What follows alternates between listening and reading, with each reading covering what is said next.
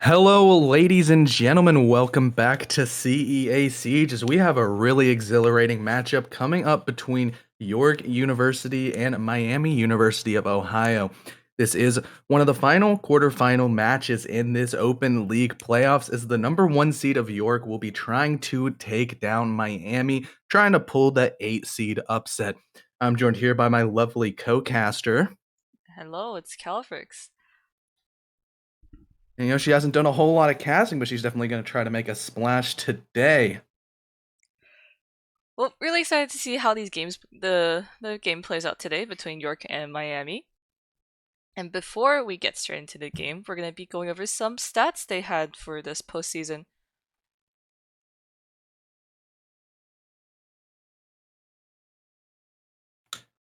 And so soon it will be on your screen as we have these beautiful graphics made once again by our main man's Wonderflow. And if you look at them, the numbers may seem a little bit lower than what you would expect to see, but it has been made with using only the postseason stats.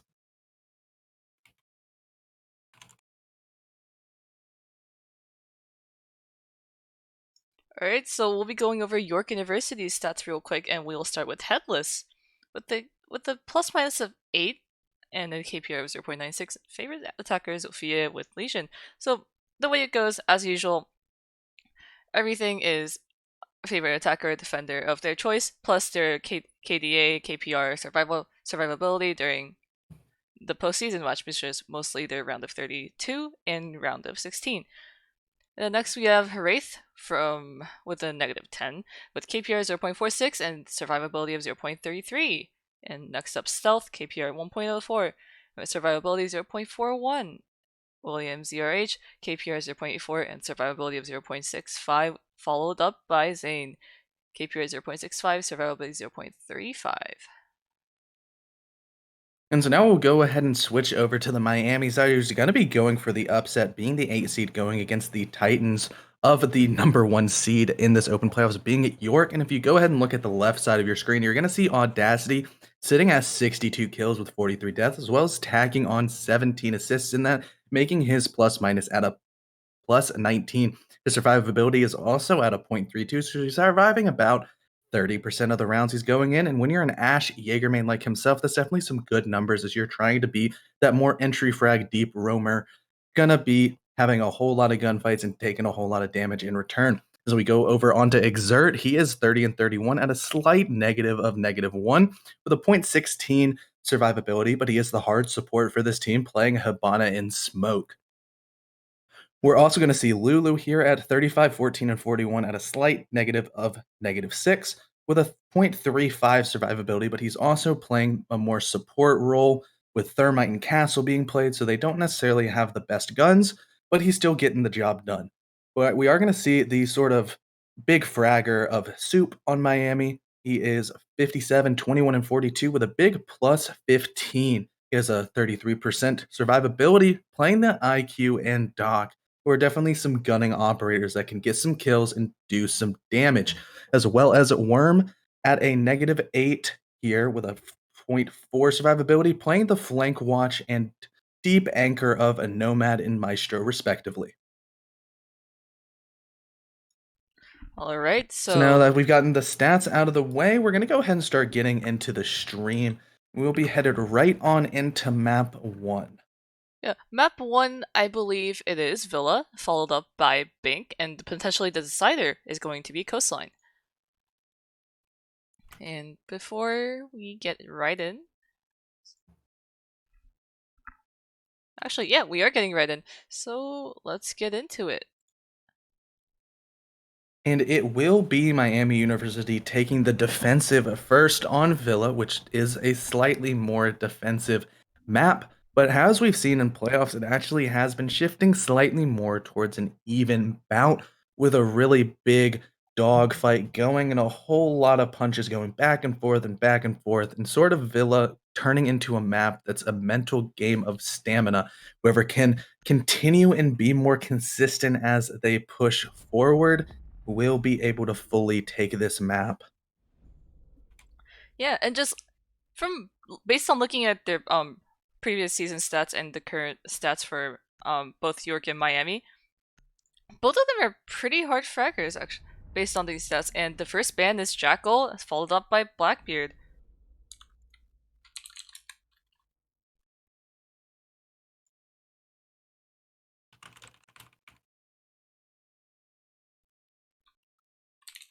So now as the bans are continuing out,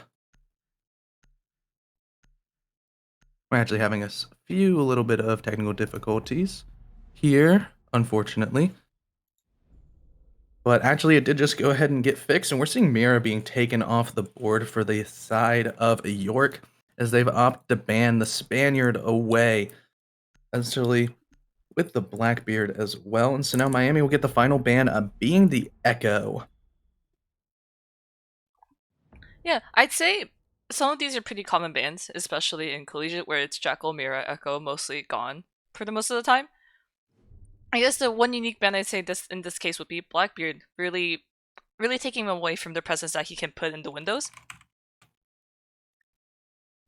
Yeah, there's not a whole lot of windows usually on Villa. However, if you're trying to do a very deep 90 hold in that fashion, not having to deal with a Blackbeard repelling on that window upside down, taking these gunfights with that face shield, it's definitely a positive, as well as if you're trying to get an aggressive master hold on the trophy statuary bomb site, it does help just that little bit more. As we will see Miami going. Actually, that's nope. It is Miami. I can't read. Letters are hard, but they will be going to Trophy Statuary starting off first, and they will have the Ella Jaeger, Maestro, Doc, and Cade, all really strong, potentially fragging operators. As Cade does pack that TCSG shotgun that can absolutely rip through defenders with those big slug rounds, as well as bringing the Electro Claws here to deny that breach, but it will be a little bit more difficult to stop that when you have a lineup that includes both Thatcher with Hibana and Thermite. However, if you're noticing exactly how Miami is reinforcing their walls, they are on the other side here inside of Master. That typically it does take a little bit of extra time as you have to walk inside that room, but it's going to allow them to impact trick all that much easier as they can just blast away that wall. And the way that the impact grenades will propagate through with their destruction radius, it just makes it easier to get those pesky hard breaching gadgets off of the wall. Yeah, and definitely with the way Statue is designed, you can't really see them from the roof unless you're in that small pixel you can see between the glasses. So it's a rather safe spot for you to be impact tricking and Kobe those nades right over. Yeah, but as we get right back into it, we're going to see a lot of drone work coming out on this back side. Actually, it will be just the front side here, as I thought maybe the rest of the team was knocked up with Thatcher, but they're just going to go straight on into Master because they have the Thatcher here to help them breach quite easily. So some cams are being checked, and Miami's going to try to figure out exactly how York is going to push, as they also have a roamer all the way downstairs in Basin being Audacity, and he will be trying to make some noise as the late round goes forward and continues his push onto a possible flank position, trying to get a few frags. But the first kill will go out, and Soup is going to fall at 90, being the Doc here as Zane picks up the first frag of the series. Going to be trying to set the tempo as York's going to continue their reign of dominance. Now the Thatcher grenades are going to pop out and get rid of those Electro Claws, and the X-Cairo pellets will blast onto the wall and try to open it. There will not be any response from the impact grenades as it will now go off, and Wraith will use his exothermic charge to blast open an even bigger hole than those X-Kairoses would have been able to. Yeah, especially with Hibana being available. As long as the Hibana pellets are placed on the very bottom of these walls, the impact nades really don't reach it, and that's what York is really abusing at this point. And so one last wall for Miami to stay behind, and there's only a minute left on the clock. Yep, and they're going to have to be trying to push forward as this round does continue up. Stealth is just pushed straight all the way, trying to take out this deep anchor sitting inside of Study behind his wall, and that is the Cade, as he has some really long angles. He's holding with his TCSG, as Wraith is actually pushed all the way in, is getting the diffuser down, but he will go down at the hands of the Miami player, but the trade's instantly going to go out as Zofia on Headless does pick it up. So now he's going to try to plant as his team's going to pull it out as Stealth picks up a kill onto the Roamer, and it's all left up to Lulu, and the whole flurry of trades falls out, and York at the end will take the round. Yeah. As much as Miami tried to play really patiently despite losing Soup from the beginning, it's just York just opened all the walls. They played standard. They opened the walls. They made pushes to and then stopped roamers from coming back to site, and just took it step by step, slowly and patiently. Yep, so Miami's going to have to do a little bit of readjustments here as they're going right back to actually they're switching up sites to Aviator Games, trying to maybe throw a little bit of a curveball as their first defense was not quite successful against the onslaught of attackers that we saw coming out from the side of York University. A very similar lineup and team composition coming out from the attackers. So it's all going to be switched up. However, we're going to see the addition of the castle for the first time as Lulu is going to be putting up those castle barricades to act as a nice utility sponge on a bunch of this attacker utility, such as Zofia's lifelines. And it's also going to slow down this push and force them to really be a lot more careful. Yeah, with the meta really changing, I guess, from 6 Invitational in 2020, it really changed into how much utility can you make the attackers burn for defense rather than just relying on purely just your aim. And that with all of that, it just brings more like variety in how the defenders play and the lineup for the attackers as well. Yep. And we're going to see this drone work come out once again as York University will just be trying to push straight on into the front side.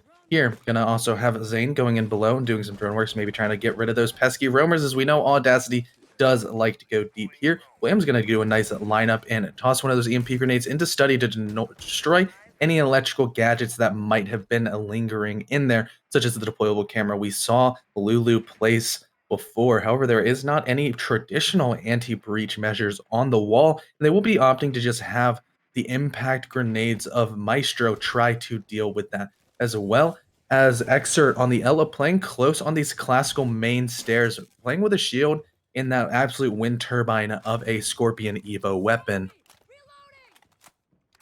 Well, as much as York is trying to do a fast push onto reaching the wall, they can't really ignore the presence of Exert just holding main stairs and potentially flanking the entirety of York. As well as Audacity is sitting down below and does have the back of Exer, so he doesn't have to worry about a bottom push as much, as the rest of these attackers are just pushing straight into study and the breaches are going down. There's some lines of sights open up and Stealth will be using it to take out Worm, but Wraith will be downed in the process, dropping the diffuser onto the ground, as well as the Thermite. Stealth has also taken a whole lot of damage. He's about one shot from any weapon in the game, but the Maestro has gone down at the hands of York once again, and that's one of those operators you're going to want to keep alive for your late game. However, he has fallen once again as Exeter gets a wonderful peek out onto Zane, and that's the Habana gone. And it's all up to Audacity now getting the pick onto Headless, removing the Zofia here. Now it's going to be a whole lot more difficult to get rid of these castle barricades. There's no more soft breaches here. Now Lulu will pick up a headshot onto Wraith, as well as William getting downed once again. As Soup will finish up the kill, and another trade comes out onto the Twitch as Soup picks up a double kill and secures the round for Miami. York completely forgot that Ella was still on main stairs. As much as Headless did try to go up the main stairs and maybe clear out Ella and pressure her from below, there was Audacity just holding the stairs for Exert so she doesn't get flanked. And just Soup just repositioning all the way through Classical Hall, using the hole that Wraith made just to breach through bar. However, it just worked against them. Yeah, and that's the most difficult thing to understand about Siege is any hole that you make is definitely an attacker tool as an entryway into site or any other important rooms that you want. But like most things in Siege, things do work both ways, especially holes in the way that attackers can shoot through them, but as well as defenders. And that's what Soup used to his full advantage. He swung out with Doc in that beautiful MP5 ACOG and was able to clear out all of these attackers that sort of stalled inside of study as they were really pinched inside there. Yeah, and it looks like they are opting to go back to statue and trophy. Maybe they realize what mistakes they need to fix this time against York, and the lineups are almost exactly the same. Besides that, William is now on Ash. Yeah, he tossed the Thatcher roll over to Zane, and Headless has picked up the Habana. No more Zofia here, so there's not as much soft breach. But William is probably a gunner on that Ash and is a very dangerous entry fragger on that operator. So we're seeing a nearly identical composition coming out from Miami, bringing that Ella once again with a Jaeger, a Maestro, a Doc, and a Cade, who are all going to be able to hold long angles and wait for these attackers to try to push in. I do believe Soup is going to try to play 90 and lock down a possible backside push, but if York has set any precedents for how they want to push, they're just going to try and take master control once again with that Thermite Hibana Thatcher hard breach dream team. Yeah, and let's just looking back at the stats again for reference. William has been the spearhead for York University in their was it regular season and the postseason. So it was a little bit odd in round one for him to be Thatcher, which is more of a definitely a support role. And we'll see how he does for York with this with Ash in his hands. Yeah, the L85 is still a great weapon that Thatcher can use, but it's not quite killing as fast as an R4C, as well as a 3-speed Ash who can sort of run around a little bit quieter than Thatcher can. As well as we're now going to see that the wall is caded with that Electro Claw here, but the Thatcher Grenade will make quick work of that as the hard breaching squad is going to push in and try to bait out a possible impact trick as the Habana pellets down at the bottom of the wall will go ahead and go off, and both impact grenades are wasted away. Now Wraith is free to place his exothermic charge on it and blast open a bigger hole. Actually, there's another set of impact grenades here as the first exothermic will get taken out, but there is still one left in pocket. If you look on the right side of your screen, Worm has no more impact grenades to get rid of these. Yeah, Worm has been playing really patiently. He's been trying to figure out which one is the one hole that York is trying to prioritize opening. And he did get baited by using one on the Hibana pellets, but he does take out one of the exothermics, guaranteeing at least less, I guess, less open holes from the side of from the attackers trying to come in from bedroom. Yeah, and they were trying to open up that the closet wall that looks into Asher, but now Soup will take the first shots onto Stealth and take out the Twitch fragger, but Headless will refrag instantly onto Soup here, but Exert will now pick up a kill onto Wraith, and there's a minute left, and it's a 3v4. York is going to have a little bit of an uphill battle, but they have the diffuser in hand, and they're real close to sight. However, if Exert is still able to hold 90 with Audacity, in here they're going to be in a very powerful position for a potential retake, as well as cutting some deep lines of sight to where Miami wants to push in. But now Zane will answer back and take out Exert, run over to the bomb, as Headless will run over to the bomb and start planting, as they're going to continue holding these Habana holes, trying to get this diffuser down and force a post plant, which they successfully will do. Oh, Headless is going really aggressive, getting a double kill, including the Maestro, and now Audacity and Lulu have to just reconvene and just take out the attackers on York one after another. And there's 25 seconds left. Audacity takes down Headless, and oh, the last one, Kaid! Lulu gets taken down by Zane. It's now Audacity versus Zane 1v1 in bedroom, and Zane gets taken down. It's Miami taking down round 3. And he does have just enough time to get that diffuse off, and that's a wonderful clutch from Audacity on that Jaeger. He was able to patrol 90, pardon me, keep that map control for his teams, as well as push back into sight when the anchors were able to fail. And even though Zane did have a whole lot of health off of him, as he was about one shot from any weapon, still trying to challenge that passive angle is a very dangerous thing indeed. But he was able to use his Peeker's advantage to full effect and take another round for the favor of Miami. With two different site defenses being successful for Miami, they will now opt to go to dining room and kitchen. And really, not much of the main lineup has changed for Miami. It's just there's always a Jaeger, there's always a Maestro, and now there's always a Duck as well. Yep, that is the very comforting pick of Soup, his defender of choice with his weapon of choice and kit of choice. But now we're also seeing Exert switch onto the smoke for the first time. This is an operator that has a really good close quarters combat kit with that SMG 11 shotgun combination that I will rave about, as that should be what you're bringing here, as definitely he does have that combo here. He's also going to be having a shield to help deny a doorway, maybe give him a little bit of cover to throw those 3 smoke grenades that he has in his pocket that spew a bunch of toxic gas over some sort of entrance in the nice radius to deny any entry you want, or maybe even just damage a planter and force him to get off of that diffuse time. But I think the biggest thing we're going to have to see is the lack of hard breach or soft breach, pardon me, on the side of York. They only have the breaching charges on stealth with that IQ pick, and that's going to make things a whole lot more difficult, especially when you see how Miami is going to be setting up this upstairs area with castle barricades, with a Jaeger up here. There's going to be a good amount of roam presence as they're going to try to hold on to this vertical control inside of master bedroom and trophy and statuary as long as possible, because once you can start getting your soft breach on that floor, it will reveal the layers of the defense down below. But Audacity will now get a pick and win the initial engagement onto Headless here, but he will be losing a lot of health for that here. But that's why Soup has the dog, as the Frenchman will go ahead and heal him up and make use of his Hippocratic oath he has taken at med school. Well, Soup's been already given the job of just trying to heal Audacity to full HP, and it looks like he forgot to place a bulletproof cam on the second floor. But it's alright.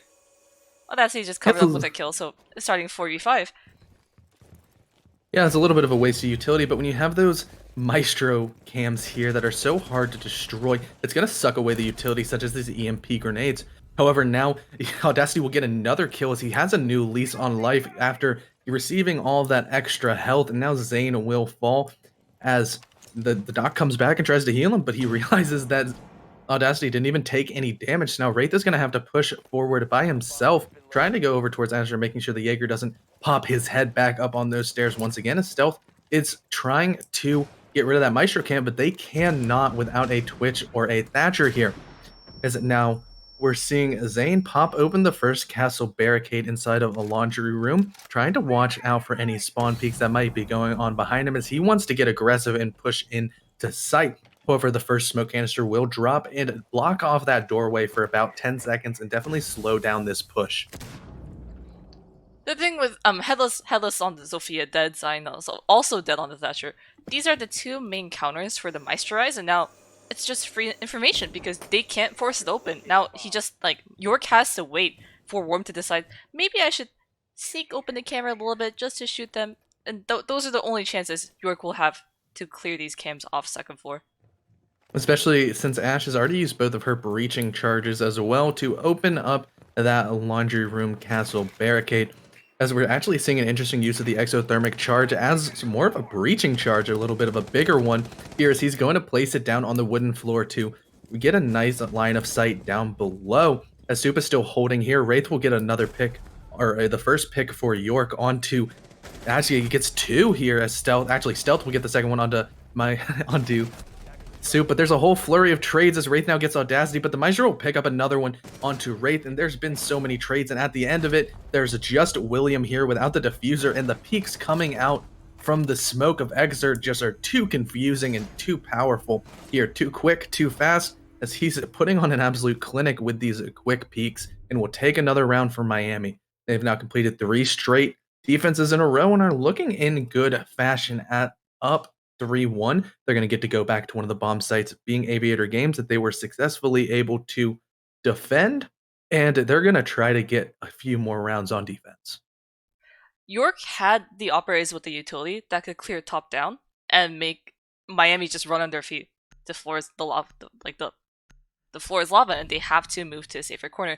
But really, when Headless and Zine got taken down, not really that much of a threat anymore from playing from second floor looking at top down. And they almost got lucky when Wraith almost swung around the corner trying to enter China Room.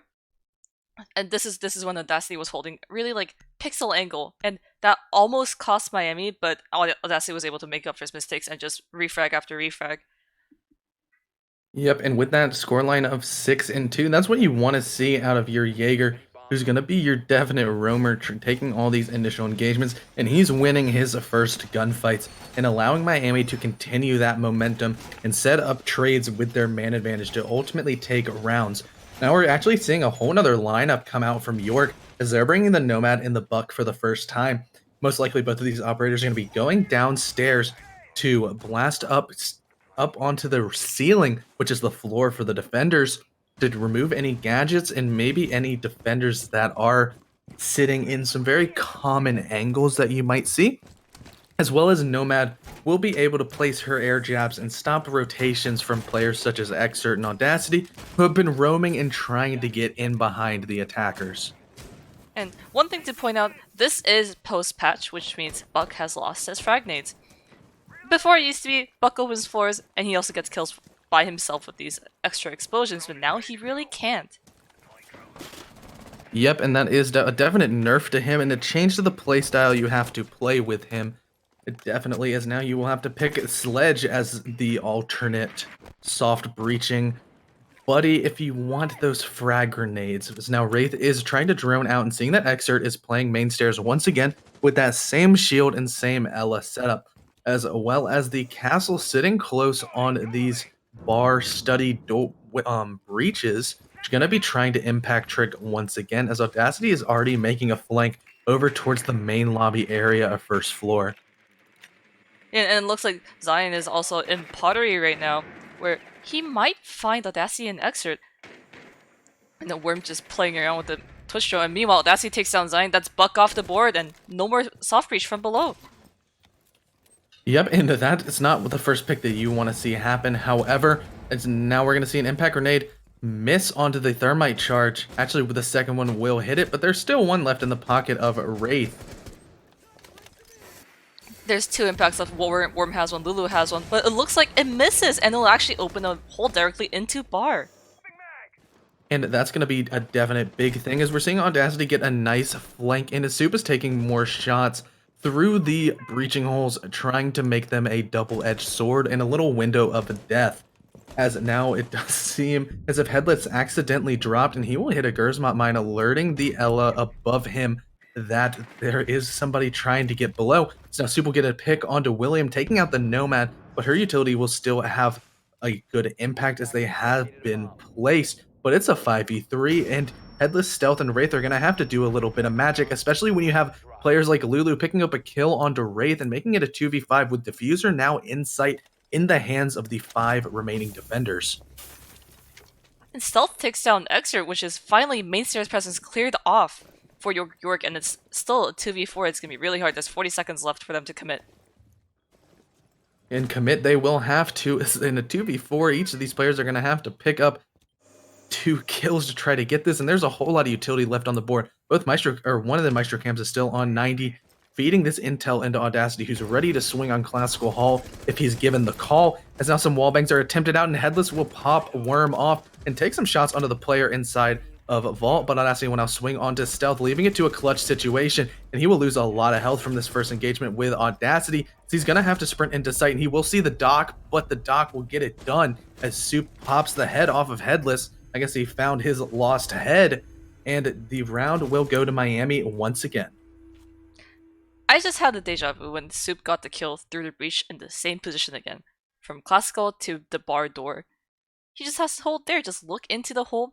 Free kills, 1, 2. Yeah, when you have an operator that's really suited for long-range gunfights, such as a Doc, if you have your really good aim, as we're seeing Soup is displaying his aim, you can just pop heads at angles that you sort of don't expect defenders to hold, as not a whole lot of them have ACOGs, but the ones that do can definitely punish you on long angles. So now we're actually going to see a response to the impact tricking coming out of the side of York, as they will be bringing the Maverick, as well as some extra intel coming out from the side of Miami, with Xert switching onto the Valkyrie pick. She's going to be able to throw some of these black eye cameras all over the map in hidey little sneaky spots, feed intel into the attackers, and she also has a nitro cell that she might be able to play down below and get a free kill through the floor if the intel is given. Yeah, and the quick another change from Miami is also they dropped the Doc and brought Wamai instead, really trying to help with the utility burn from the side of attackers, as there were flashes coming through trying to deny these impact tricks, and they that might have been the reason why Worm may have missed his impact on the exothermic charge on bar wall. Yeah, and that did it would have been typically dangerous, and it's not a wall that you want opened, but Soup was still able to make do. He made lemons, or he made lemonade out of the lemons he was given, and still got a few kills here. But we're gonna see a really interesting strat coming out of Soup, as he's opening up a lot of long angles here on the 90 sandwich wall. He's gonna have some deep angles that he can look all the way towards the 90 cabinet if he chooses to do so. And when you have attackers coming in on the backside, such as Stealth and William pushing over from the study area, they might run into some trouble as they push 90. And with York starting to bring Maverick, it will help with the. And there's not going to be a Thatcher on the board this time, and it's going to be left up to... Actually, there is a Thatcher, pardon me. Headless has picked up the Thatcher here, and he's going to be trying to breach with Zane and Wraith, opening up that wall once again, as we've seen them do it quite successfully. Over Stealth is going to be pushing on this backside with the Ash, trying to get some aggressive map control and maybe pinch these attackers that are going to be trying to... or defenders that are going to be trying to deny this wall with their impact trick. See, Labs, you know what I love about Discord? It doesn't tell you when you're muted. Oh my god. Discord is a great site. We did have some issues with it last night with the outages up in the Northeast. And it was definitely an interesting situation to just have my boy King of Dopenshire just disappear for a couple rounds, which was quite interesting. So now we're seeing one of those black eye cameras finally go down, and the nitro cell down below will miss, and that will alert that there is an operator with a nitro cell downstairs, as William will pick up a kill onto Soup, and Audacity will trade out with Stealth, but William will pick up his second onto Worm as the Ash is just pushing in on a triple kill already, removing every single roamer, or every single anchor on site, and it's all left up to Lulu and Excerpt for this retake, as Excerpt has made his way all the way up into Astro's stairs, pushing into bathroom, will take out Headless with the headshot, but Wraith is putting down the diffuser, as the TZSG will blast away Zane, and a nitro cell will also fail to connect, as Ash now picks up the fourth kill, and Williams going for his ace. All he has to do is find Excerpt, who he knows is pushed in, and the first shots will go out as there's a little bit of a gunfight, but he will finally whip out the pistol, finish it out, and get the first ace I've gotten to see in playoff thus far. That is exactly what York needed. York's attacks have been pretty much one-sided. They've been trying to commit really hard to at least opening these hard walls that lead directly into sight. But there hasn't been any pressure from the other side of the map, which William just brought it this time. He pushed up red stairs, he cleared any red stairs presence, he cleared statue for the team, and resulted in a clean ace. 5 kills on his name. Yeah, 5 kills is definitely a feat to behold, and that's why you saw the big William ace at the end of the round, as he now picks up, he picked up 5 of his 6 kills in a singular round, really turning around his impact and taking a round onto the side of York, and that will breathe a little bit of life into them, as if they were to go down 5-1, you're really not in a great position. But a 4-2 split is typically what you expect on an attacking side, especially with a map like Vilda, that favors a little bit more towards the defender-sided. So now we're going to see the drone work, and we're going to see the IQ being played on Exer, as he will most likely be trying to go down below and remove any anti-breaching measures, as we see the bandit being brought on the side of York. Going to be placing those batteries and electrifying the wall to make breaching just a little bit more difficult. The EMP grenades will be able to make quick work of that, but if you have the IQ down below, you can deny a possible bandit trick if the bandit's going to be holding his batteries in his hands, waiting on sound cues and waiting to try to break or to zap away the exothermic charge, and that'll free you up the ability to use your EMP grenades on things such as the Maestro cam that you just saw being placed inside of Study. York does bring a lot of alternatives just in case the bandit trick doesn't work out, but speaking of which, one of the impacts, the ones who hold impacts, William gets taken down so fast. That's within 20 seconds of the round starting. Yep, and it does seem as if his aggression on the ace did backfire back as he switched to defense side. Maybe he was just feeling himself just a little bit too much, trying to go for a cheeky spawn peek, but he was shut down quite quickly, as Miami is showing why they are still in the lead, and they definitely tried to answer back after that presence we saw from William on the last round. As then the Valkyrie will be peeking Exert here on this stable yard exterior window, as a trade will come out as Stealth and Soup both hit their headshot, and a team kill will come out as Exert takes out Lulu from, I believe, right next to him. It's a really unfortunate peek, as now the Valkyrie's going to be swinging once again. But none of these bullets seem to be connecting, as Headless has only lost about 20 health, so that's about 1 bullet, and Exert has lost none. However, it is a 3v3 scenario, but the hard breachers of Soup and Lulu are gone. So it's going to make getting into sight all that more difficult. You're going to have to push and funnel into the more traditional doorways that we see towards sight, and that could spell disaster, as you still have operators with insane guns, such as Zane with that MP7, and Wraith holding that Alda with 81 bullets to try to stop anybody pushing in. Exer is probably just slapping the desk right now, thinking, "I killed our hard breach," and that might spell disaster for Miami because they haven't opened any walls, and now they have to play strictly horizontal. Yep, and horizontal pushing is going to be a little bit more difficult, especially if you can't horizontally push straight into sight through a breached wall that you expected to get open, especially if you try to bring 2 hard breachers with a Maverick and a Thermite. However, they're going to have to do a lot of diligent drone work here on this back side, as they're going to have to formulate a backup plan on how they want to enter. Worm has made his way all the way to site, and they have 90 control, as well as taking out that black eye camera that could have fed a whole lot of intel here. So we hear a goo mine fall into the foot of, I believe, Exert. He's going to have to pause for a little bit just to... Actually, I believe it was Audacity. Pardon me. He's going to have to pause for a little bit to take that goo mine out, as the rest of this push is going forward. They're going to... But we're seeing Zane take out Excerpt, as Wraith now takes out Worm, leaving it all up to Audacity, who is on classical halt with 19 seconds left. Actually, no, he's all the way on 90 landing, as he's going to flash his way in CSGO style, but the wallbang angle is too much, as Zane picks off his head and will take the first defensive round for York. They just got 2 kills from the same angle. It's like this small slit they make with their bullets, but it's really unexpected because one, there's the Maestro playing behind the couch, and you expect the bullets to be coming from him, but it was the Bandit shooting all the way from bar, looking into the landing door.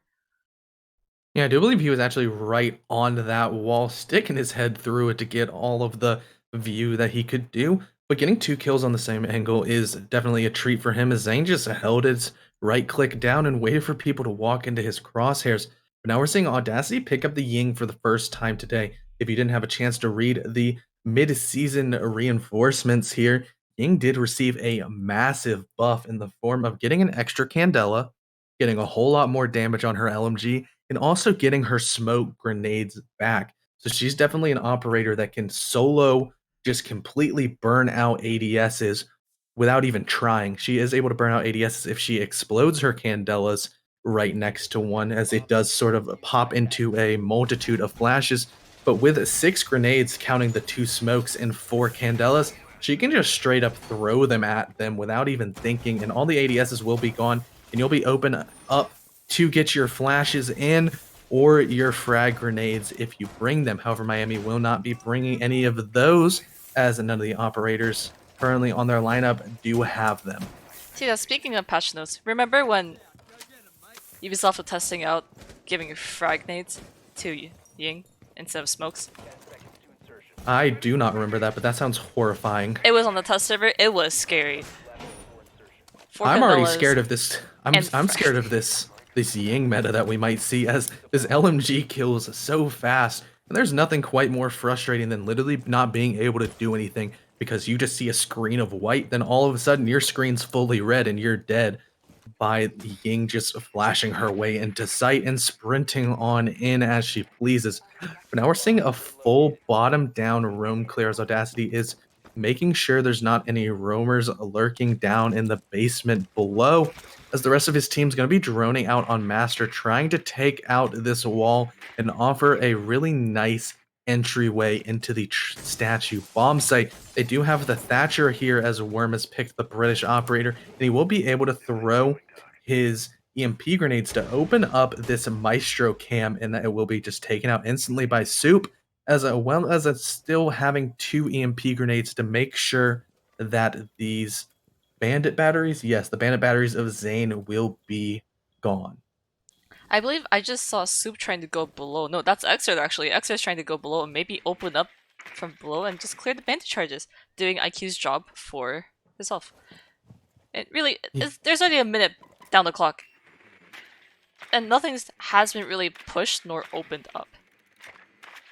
Yep, but we're seeing drone work coming in as 2 players will be playing inside of Trophy.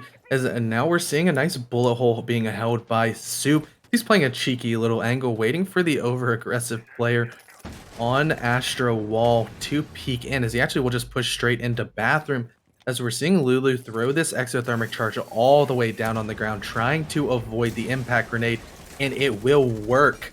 As now the right wall is opening, and there will be some nice lines of sight onto both bomb sites being opened. It's going to make rotating out of Astro very difficult. But when you have 2 players such as Zane and Wraith both holding close on this door, if anybody is going to try to push straight into Master and not use the breach, they're going to definitely run into an absolute cluster of bullets.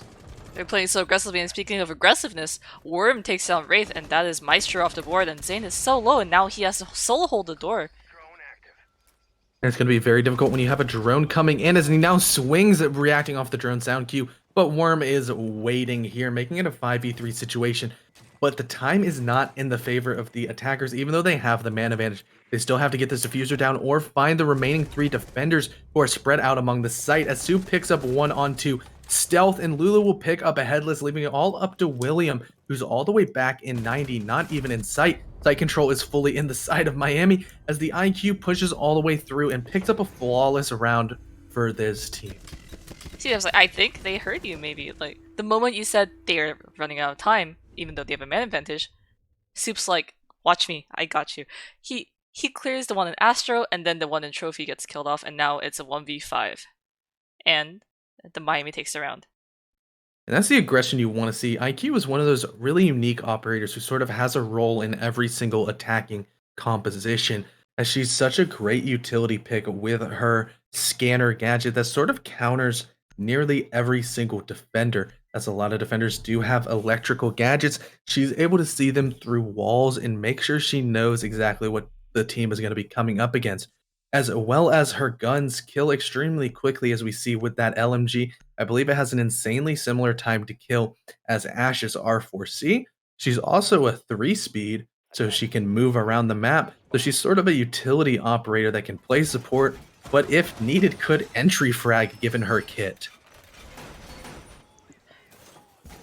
Ying, I don't think we saw too many Ying Candelas being like aggressively used to push into sight, but it was definitely a distraction against York. Yeah, just hearing the clunking of those candelas popping off is definitely terrifying. As most of the time, even if you look away from them, it'll still find a way to full blind you. There's nothing quite as inconsistent in Siege as a flashbangs and Ying candelas. Sometimes you will be standing on top of one and you will not, your screen won't go white at all. And sometimes it'll be all the way across the site and you're staring in a corner and you'll be full blind for 10 seconds. It's so weird. It's just one flashbang already messes up your game, and there's 5 coming out from just one source. And as much as the counter is to shoot it, sometimes it rolls past your crosshair and you can't. Yeah, it's like saying that nitro cells can be countered easily by just shooting Here, them. just shoot it. Like it's not necessarily an easy thing to trace. It's sort of like skeet shooting. It's a skill. You have to track it, and you sort of have a one shot with your gun to kill it, and it's not easy here. But we're definitely seeing Audacity and Exert go all the way in basement, making sure nobody is down below, lurking in the dark corners. As the Zofia will most likely be trying to get into kitchen to use her lifeline straight above to destroy any of the anti-breaching measures on the wall, as well as push back anybody that might be trying to impact trick. One interesting setup change for York is you just saw the deployable facing from statue into bedroom, which is like an aggressive shield. This was not here. This is where Wraith and Zane were actually holding, with as Bandit and Maestro, and this just provides a safer cover and actually delays the attackers from coming into this room itself. Yep, and we're gonna see Zophia's lifeline make quick work of it right here, as now the shield is gone and the protection is gone. As Williams Wamai will just fall back to a more passive angle. He has wasted a good amount of time, and there's about halfway done with this round, and no action has gone on thus far. There's not a whole lot of map control here, but Soup is going to try to change that as he's pushing all the way up into bathroom, and he will spot the shield of the player playing inside of Astro.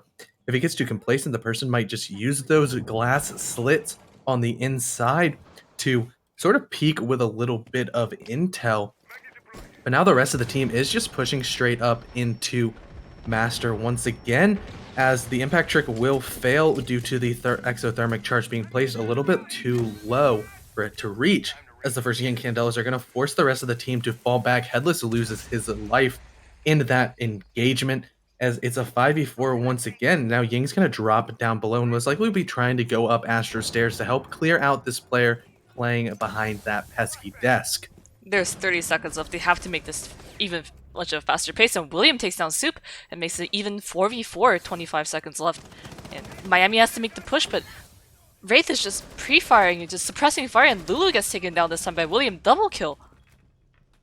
Yep, Sane has lost a whole lot of his health, but there's not much time left on Miami, as now the Wamai will fall at the hands of Worm, but Stealth will finish off that refrag back onto Exert, as he will peek out, get another one, take out Worm to secure his double kill for the round, as now the pings are coming out, and they know the last player's 90, and there's a whole bunch of defenders with their guns trained on that location, and York will take a defensive round.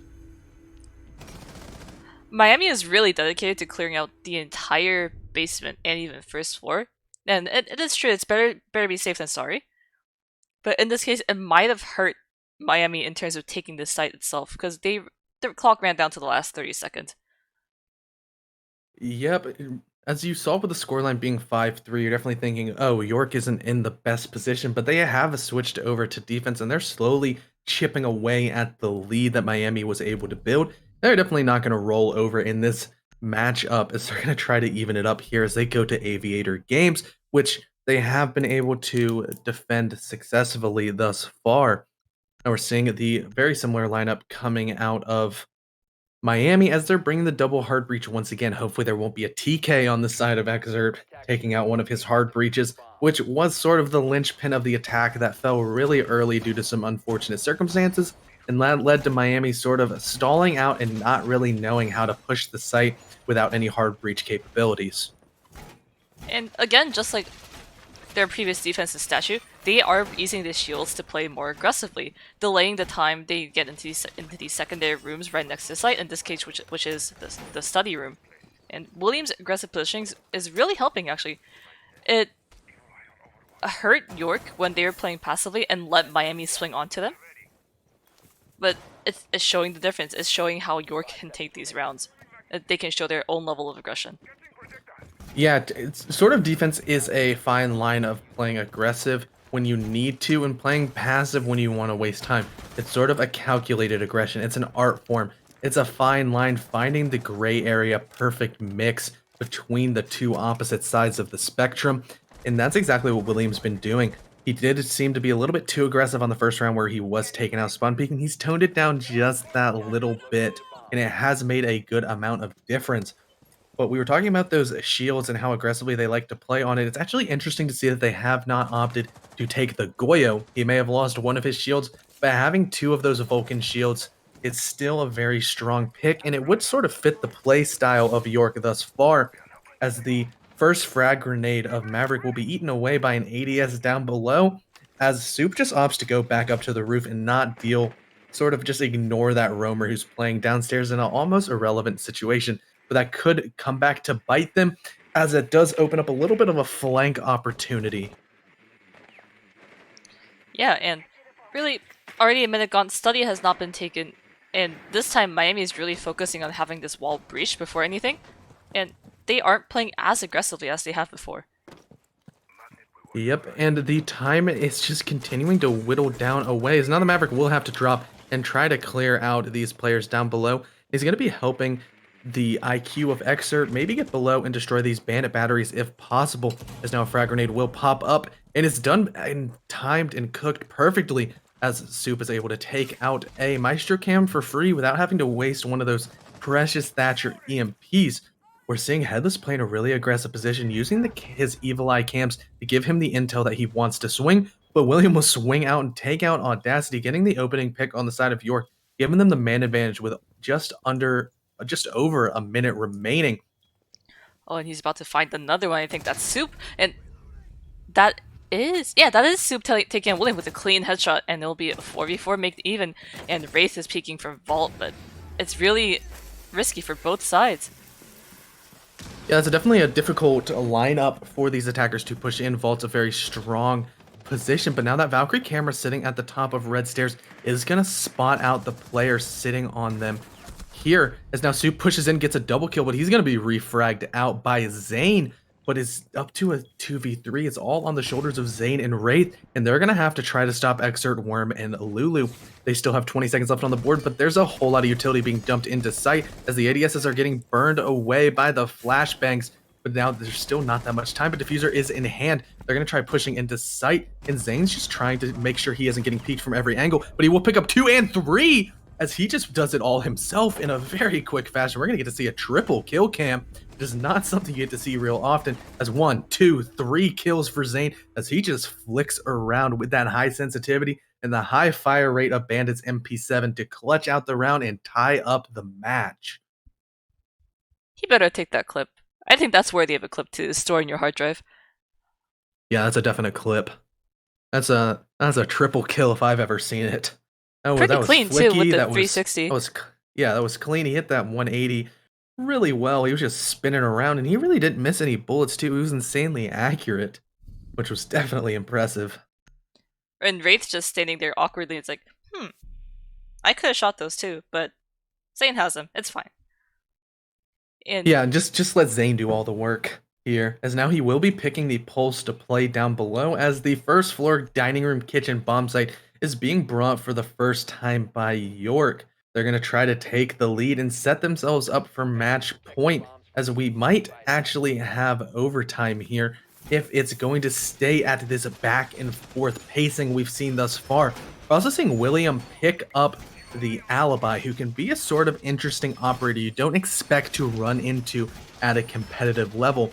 Her 3 Prisma devices make exact copies of herself and can definitely make it hard to specifically clear out rooms if you're face checking them as opposed to droning, because you don't know which one is real, which one is a fake, as well as Alibi's gun, being the MX4 Storm, is very fast firing and can rip through defenders at a moment's notice.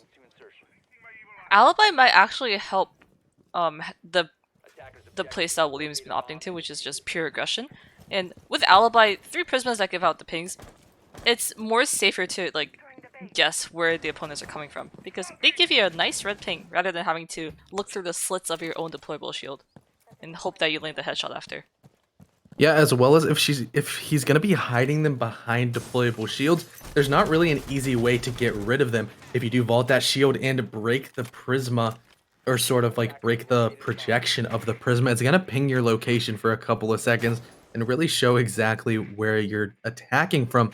As now Thatcher, or that's actually Ying, is pushing all the way up inside of basement, making sure there's not anybody lingering below. Maybe that pulse here might have been down below, but he's just right on site, trying to use his cardiac sensor through these walls to detect any heartbeats and relay that information back to his fellow defenders so they can adjust their defense accordingly. Yeah, and Zane is just really almost on his cardiac sensor almost the entire time, just trying to give information, but they haven't. Miami hasn't pushed second floor too much yet, and they're opting to go through basement. And Zane is still on his cardiac sensor, but I don't think he has noticed people that are downstairs. It's definitely an interesting push, as most of the time you do want to just clear out the top floor fully to make sure players such as Stealth can't just sit on top of this hatch if you want to push into laundry. But he will just be ignored upstairs, and he might be able to drop and get a late flank in. But the first kill onto Exert will be instantly refragged out onto Wraith, and that's a Maestro being gone, as now We're seeing Soup throw in these Candelas, trying to blind his way and bully into sight as a Nitro Cell is ripped and will take a little bit of damage. But with that sound cue, he does drop back here. But the pulse of Zane does spot out his heartbeat, and he will know exactly where to pre-fire here. But now Stealth will be utilizing his 2-speed self after the buff to rotate back down to main stairs, finding another attacker, leaving it to only 3 people remaining. But now Lulu will go straight into laundry room as Worm shoots Stealth straight in the back, and the breach will be opening up in a 3v3 instance. Soup throws in another Candela and starts pushing in as Worm and Lulu sort of reconcile themselves back as Zane picks up Soup, and now all of their attention can be focused on this breach, but they know at least Thermite's going to be peeking, and he does take out Zane with some body shots from that 5.56.9 assault rifle. It's all up to Headless and William in a 2v2 instance, and some wallbangs are going to come in and connect, but not quite enough to take out either player, as now Headless does it down, or William will finish the kill onto Lulu, and he's in a crossfire. That's not a winnable situation, as Headless and William both play off of each other perfectly in a really good team dynamic, and they are able to clutch out this round and put York onto match point. If I'm not wrong, they just took 3 rounds in a row. Yeah, they did. They did a late clean sweep. And Where if they they take were one able more to- round, they take Villa as their map. Yeah, they take the map. This was their map pick, correct? I believe so. Let me just double check real quick. That's why we have great statistics coming out, so we can get all this information out to you guys. If you are on the side of York, you definitely want to take your own map pick, because that's where you've chosen to wage a battle against your opponent. So losing your own map pick is not an ideal situation. However, Miami's now not in an ideal situation as they find themselves down 6-5 on match point. They can either win this last attack on Trophy Statuary and send it to overtime, or they will be going ahead and fighting on and taking themselves onto map 2 of this best of 3 series. If you go ahead and look at the right and left sides of your screen, you can see that players such as Stealth, Zane, and William have all crossed the double-digit threshold, hitting 10 kills each, and the only one to manage to do that on the Miami side has been Soup thus far, hitting 13 and leading the lobby as this game has continued. Audacity is not that far behind with 9 kills, but the rest of the kills do seem to be a little bit more thinly spread out among the players. Yeah, and Sure. Villa being York's map, as much as you point out, there's 10 kills on Stealth, 10 on Zane, and 10 on William. It just shows all these players are comfortable on playing Villa and just taking it away as strongly as they can. And so they opted to bring, before William was on the Wamai, and now they're giving Zane the Wamai, just opting to drop the Bandit. Yeah, it did seem as if William was really comfortable on the MX4 Storm last round, as I do believe he got 2 kills with that weapon. And he's going to try to continue his momentum going forward, as well as having those 2 impact grenades in his pocket, synergizing well with her fellow Italian comrade being Maestro. They're going to be able to impact trick if they need to, and denying any sort of hard breaching that the attackers definitely want to do. There's only 2 exothermic charges here, as there's not a secondary hard breacher. It's all only thermite, and getting those exothermic charges is going to be actually, wow, William does get the pick onto Soup, who was trying to go below to get rid of any anti-breaching measures we would have seen. However, it's not the biggest loss here, despite actually Soup is their top frag, so it's definitely a loss. But on the utility side, there's not a whole lot that he would have had to get rid of, because the team composition of York does not have one of those anti-breachers here. But the Smoke of Headless will now get a pick onto Worm, as it's all up. It's already at a 3v5 scenario, as the Magnet of Wamai will pick out some utility and waste away in that utility sponge fashion we see. And this is not looking good for Miami. Even if you burn 1 disc, Wamai keeps regenerating up till I think 5 or 6, and there's still more to go. There's still 1 minute 30, and these are still going on, and so much utility they have to go through to even reach the site or even breach anything. Yep, and time is ticking away and ticking away and ticking away, as now some smoke grenades will start to waste away even more time, as he's going to peek up close with the shotgun, not connect, but he will finally down the Audacity's Capital as he picks up his double kill thus far. Lulu's gonna have to aggressively peek this shield, as there's not really any chance he's gonna be able to get this breach off without a Thatcher to get rid of this Maestro Cam down below, as the Maestro Cam actually picks up the kill here, but Exer picks up 2 on himself as he's pushing 90, trying to get behind these players, but he will now get downed, and York will take Villa. Wow. I feel bad for Lulu, because 1, he was getting gassed from the other side of the wall, and 2, he was getting shot from the Maestro Eye, all the way in bedroom. Yeah, he was getting bullied by man. utility. He was getting bullied by utility. And that's one of the frustrating things of Siege, when you're dying to things you can't really control. He's getting shot from sort of every single angle by players just sitting on site and using their gadgets. He's getting gashed through a wall that he can't breach, and he's getting shot by some lasers behind him that he can't flick around fast enough to try to destroy the bulletproof camera while it was open. Yeah, it's just, you run from one, you can't run from the other, and you try to run from the other, and you're dead. Well, with that, York takes map 1, and the next map will be Bank. But before that, we'll be back after a quick 5-minute break.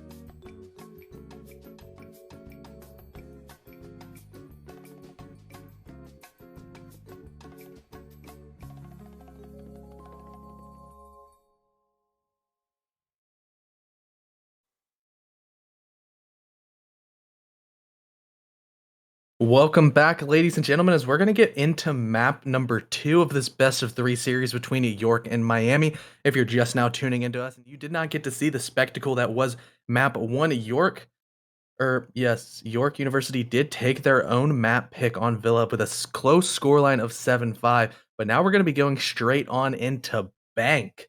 And Bank is the map choice of Miami, who's definitely going to be trying to take this one for their own. And the first band coming out is Thatcher from this side of York University. I'd say pretty much the default band these days for a lot of teams. It does make it harder to clear a lot of utility, especially when there's Kaid on the board, and Hibana will be taken off as well from Miami. And that's going to sort of force you to play the Maverick, which we've seen both of these sides end up taking. So they're definitely comfortable picking that alternative hard breacher. If they want to get any of these hatches open on the bottom floor, they're going to have to bring them. As well as now Echo has gone off the board, and we won't see him played on either of these maps thus far because he is quite powerful and is typically more of a default ban you see on the defensive side.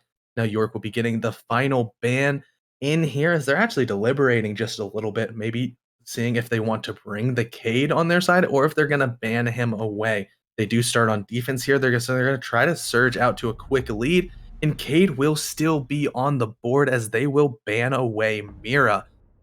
Seeing Cade on the board is going to be make it very, very, very difficult to attack, as there's not really any way to get rid of those Cade claws unless you're able to snake a Twitch drone all the way downstairs. And it's going to make this basement locker CCTV room bomb site insanely like fortress like. It's going to be so hard to breach on into, and you're not going to be able to get the vertical control that you need. But when you're going to bring out the Jackal, here, they're going to make sure that all of these roamers are going to be forced back to site, or they're going to be able to hunt them down. Yeah, But but it looks like Miami doesn't really mind that Kaid's on the board because they have Maverick. Maverick is also, it just disregards the presence of Kaid's. It takes longer, definitely, to open, but this is Miami's map pick, and it does look like they are practiced to play against when Kaid is available. yep, okay, he's just one of those operators who's really strong with the vertical deniability as well as the gun he does bring. It did get slightly nerfed away from, I believe it was around 80 damage a shot. It's dropped down to about 56.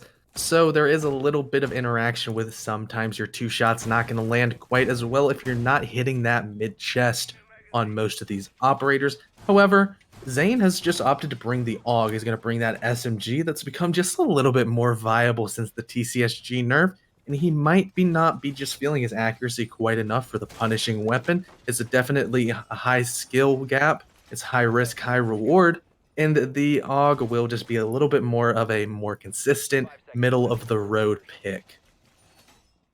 Have we checked which primary Headless has brought? I have not seen it. I see he has his pistol out right now. He actually does have the Aha. shotgun. That's a very interesting pick, as that shotgun is semi-automatic and can do a lot of damage, spray a lot of pellets all over the place.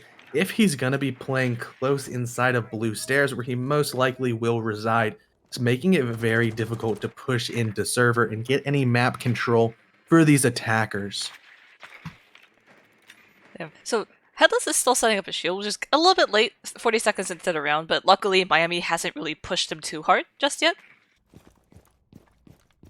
And But, yep, he yeah, is but all the way upstairs just clearing from upstairs. top down. Yeah, All they're the doing a way. full top-down room clear. And they're going to be having that scanner here trying to find the footsteps. And I believe this is the Cade. Nope, it's the Jaeger, who they now see is sitting behind the server rack, helping to supplement the blue hold that we're seeing Headless use.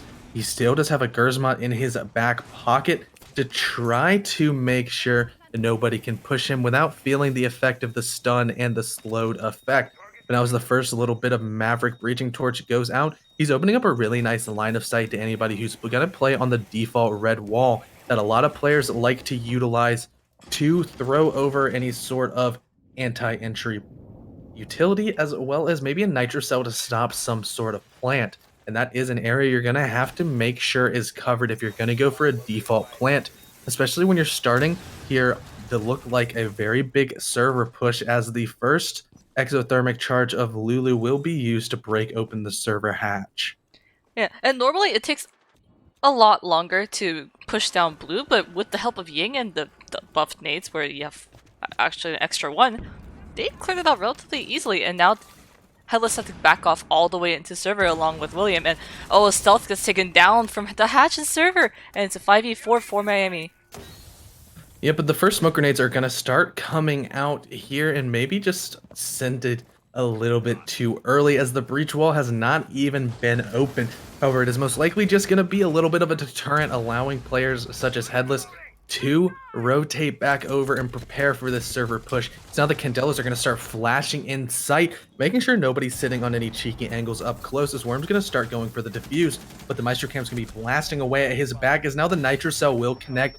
Actually, no, Soup gets a team kill onto Worm, but he'll pick up a second onto Zane, and that's the Kaid with his Nitro Cell in his pocket, now taken off the board. And the diffuser going down in a post-plant situation. It's a 4v3, and New York is going to definitely struggle here, but Headless will pick up a kill onto Exert with a headshot from his pistol, and that's his only use of long-range gunfights, as the shotgun doesn't do very well as you start getting about 10 meters away. But Soup will now pick up Headless here and go for the triple kill as he picks up another one onto William, but the Thermite will swing out, and Lulu picks up Wraith and takes the first round for Miami. Really patiently and well played by Miami post plant. They could have started to panic once Exer got killed off, because he got killed through the slit that Maverick made, and William just one tapped him with the pistol. But all the panic aside, they played it perfectly in terms of patience. Yeah, they were able to usually, if with a hard server setup, we are actually wrong in actually Headless did fall all the way back and he was on main stairs, not playing the blue stairs that I thought he was going to. But now he's not picking the L and he's picking the very rarely picked Warden. And that's obviously a direct counter pick to Audacity's Ying. As soon as he activates those beautiful blue glasses, he will be able to be impervious to the stun grenades and candelas that Ying's throwing in, and he won't be blinded, he won't be impacted by them. It could definitely catch some of these players off guard if he's holding a close angle and sort of won't be phased by any of the throwables that Miami's going to try to blast on into sight. Yeah, and then definitely a good counter, as you said, the Warden coming through, and it was way easier for Miami to flush the blue stairs with the Ying Candelas, but maybe it'll cost an extra 30 seconds this time because they know Warden's there with his shiny blue glasses looking at the top of stairs, and with his shotgun in hand, actually. Yeah, he's also going to have an extra shield that he's going to be able to place up at the top of those stairs and most likely hide behind to be in conjunction with his close range kit with that shotgun and most likely the SMG-12 right behind it. Both of those weapons can absolutely shred some people close range. The SMG-12 shoots real fast but has a whole lot of recoil. The shotgun does a lot of damage up close but has some really bad range drop off, as now the reinforcements of Warden will be going onto that server hatch, but he will get down through the wall as Audacity hears the call from the drones and just pre-fires the sort of a really easy lineup of knowing exactly where that hatch is. Some really good game sense coming out of Audacity, but unfortunately for them, Headless has a teammate who rotated up the stairs and is able to pick him right back up as he actually runs right past, the drone runs right past the pest, but Exer will now pick up the Mozzie of William, and now those drones that might get stolen later in the round will not be able to be fully controlled as Mozzie is off the board, as well as Exert is upstairs and sees a whole lot of footsteps going towards blue, so they know that there is somebody playing there. As now Worm will pick up Headless as he was really lit already, but he is no more on this map, and that's 2 picks coming out really quickly for the side of Miami, and it's not looking good for York thus far. I just really like the small interaction between Wraith and Exer, where Exer just kept on staring down at Meister's cam, and Wraith is like, no, no, no, no, no, no. It just keeps shaking the cams left and right. A little cute interaction between the players. And we'll be going back into actually a 3v5 between York and Miami with halfway down the clock. Yep, and it was another unique interaction to see the breaching torch of Maverick make really quick work of that Maestro camera. It's not something you typically see as people such as Maverick usually try to save their gas for more important breaches such as hatch or maybe even walls. but they definitely don't use a whole lot of gas to take out a Maestro camp, as the rest of these attackers have been forced all the way back in sight, and Stealth's location is being pinged out constantly due to the Jackal tracking his footsteps, as now Yin Candle is just going to start flying on into sight, being in good conjunction with the Breach, as now its first smoke grenade will go down at about a minute left. Now Exert is on the backside and has taken down Wraith on the Maestro, as the smoke grenade actually is not hitting the Thermite who's trying to get this diffuser down. It's actually Worm here, and another smoke canister misses as it goes too deep here, as the wall's already been opened, and now Audacity gets another team kill. Worm is just getting team killed left and right. I don't believe he's died thus far to anybody other than his teammates. The Soup took him out the first round and Audacity took him the second, but Soup finishes up the round and takes the second one in a row for Miami. Orb just wants to plant. He just wants to plant, but his own teammates say, no, you should just watch the cams instead. We're seeing a little bit of a banter going around in the chat, as Worm's definitely getting bullied by his own team. A little blue on blue action, or in this case, orange on orange, as that is the side Miami is on for this series. But we're gonna see the defenders of York go all the way upstairs and try to get a little change of scenery, as they've lost 2 defenses in a row on basement. It does look like a standard CEO setup, with Castle blocking off the long like line of sights from ATM's repel and parking lot repel. So, I guess they are relying on the impact tricks from Zane and Wraith with these double impacts coming through. But really, with Audacity on Maverick, it won't be too much of an hindrance for like against Miami, because Maverick doesn't care. Yeah, Maverick just uses Breaching Torch, makes 2 lines, reinforcement goes bye-bye, it turns the hard wall into a soft wall, where somebody such as Zofia can just use her lifeline to blast it straight open, as well as Maverick could just make some sneaky holes on the reinforcements if the ears of these York defenders aren't quite up to tune. Maverick does have quite a loud Breaching Torch, as he was nerfed, I believe, like 2 seasons ago. I remember when that torch was absolutely silent, and it was one of the most frustrating things to sit on a reinforced wall, and all of a sudden there's a bunch of holes behind it that you didn't even hear, and then you just die. Yeah, they were pretty bad, thinking back to it. Yeah, it definitely was not fun, but I think the biggest thing that could happen is William trying to go down beneath. The only thing about Maverick tricking is it is a relatively safe way to breach that sort of can't be stopped by anything, but it takes a whole lot of time. And if somebody like William is going to have downstairs control, he will know exactly where the Maverick is and might be able to get a cheeky nitro cell from the first floor. Yeah, and Exer's just checking for any vault cams that are thrown outside, but I believe William's cams are all inside, looking at different hallways down from maybe possibly a stock and even main lobby. And speaking of repel, Soup. Yes. Soup is trying to use that angle here, maybe get a nice little wall bang, but it will not connect this time around, as he's not able to hit the lottery of free kills with a little bit of a pre-fire. So the first Valkyrie camera will get found by Lulu. He's going to go ahead and start tossing over his flashbangs to see if there's any ADSs, as he's now going to toss another one, try to blind out the Maestro, who has actually been downed from the window, and that's going to allow him to breach this right side wall unless Zane rotates all the way around and is able to get the impact trick off. Actually, do not know if he got it or not, but we can get a quick pan over there. I believe it did get punished. Yes, it did go. Oh, nope, it got opened. The right side got open, but he was not able to get the left. Now Stealth will get the opening pick onto Soup, who was on the repel as Jaeger rotated down inside of main lobby and was able to use those barred windows to take out the player whose focus was on sight. As now Zane will use the UMP to take out Lulu, leaving it in a 5v3 instance. This is a breath of fresh air and a little bit of signs of life coming from the side of York, as now Audacity will get a pick back onto Headless, but Exert has taken so much damage. It's essentially a 2 and a quarter versus 4.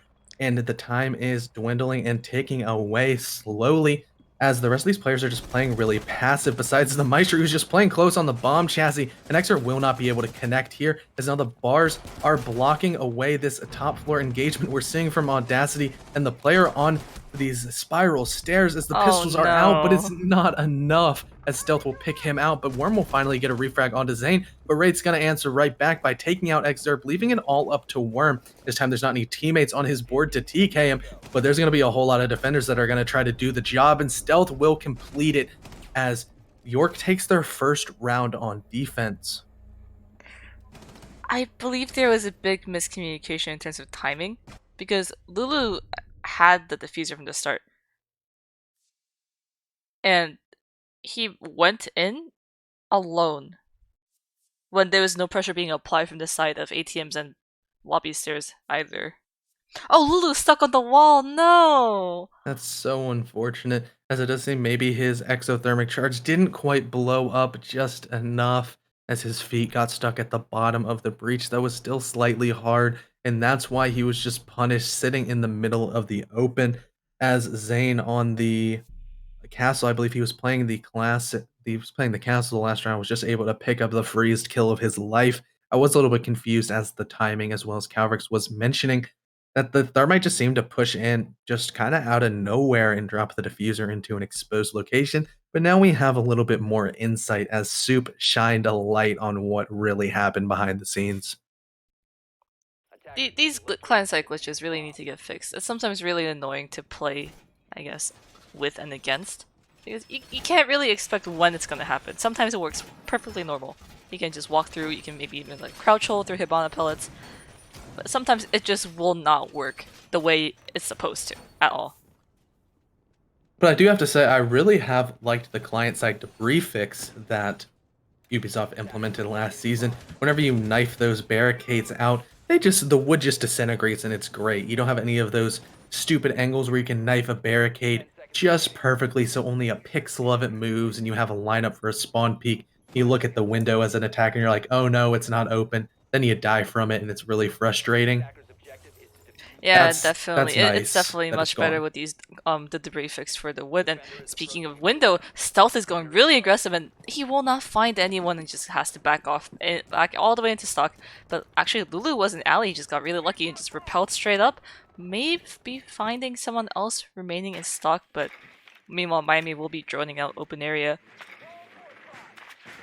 And they're also making sure to drown out this basement, as that's where they're going to start pushing. Maybe they think the site is basement, but it is first floor Teller's Archive, as York is most likely going to be making sure that they don't go towards the basement and avoiding it like the plague, as they've lost it twice thus far. As now the first scan will go out and Pulse's position and operator choices will be revealed, and they know that he's up on the first floor, sort of giving them a little bit of an insight as to how York is trying to hold this. They're going to try to deny the vertical pressure as much as possible, and they're going to be using that cardiac sensor in nitrocell combination to do so, as well as the soft breach only being able to be done by the shotgun of Exert, which is sort of a last resort if you really need it, the breaching charges of Audacity, and the master key skeleton key, or the master skeleton key, master key, skeleton key, I think shotgun, skeleton key whatever is the just the heck Buck easiest way you has can underneath call his it. gun.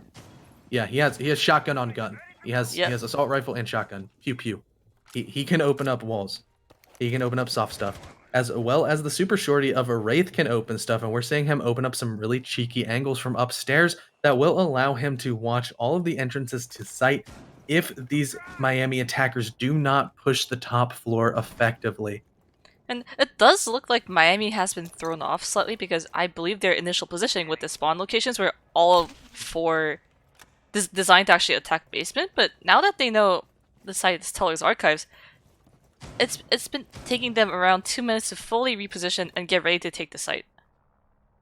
Yeah, and everybody's still alive with 55 seconds left, and there's going to be a whole lot of aggression coming forward, as now the Candelas are going to flash this player sitting inside of Elevator, and William will fall, as he was just completely helpless. He was full blind, and Audacity knew it, and he's just going to push in hip fire with that LMG and take him out, but Soup's going to get another frag onto Stealth here, as Audacity's trying to take a duel through this soft wall.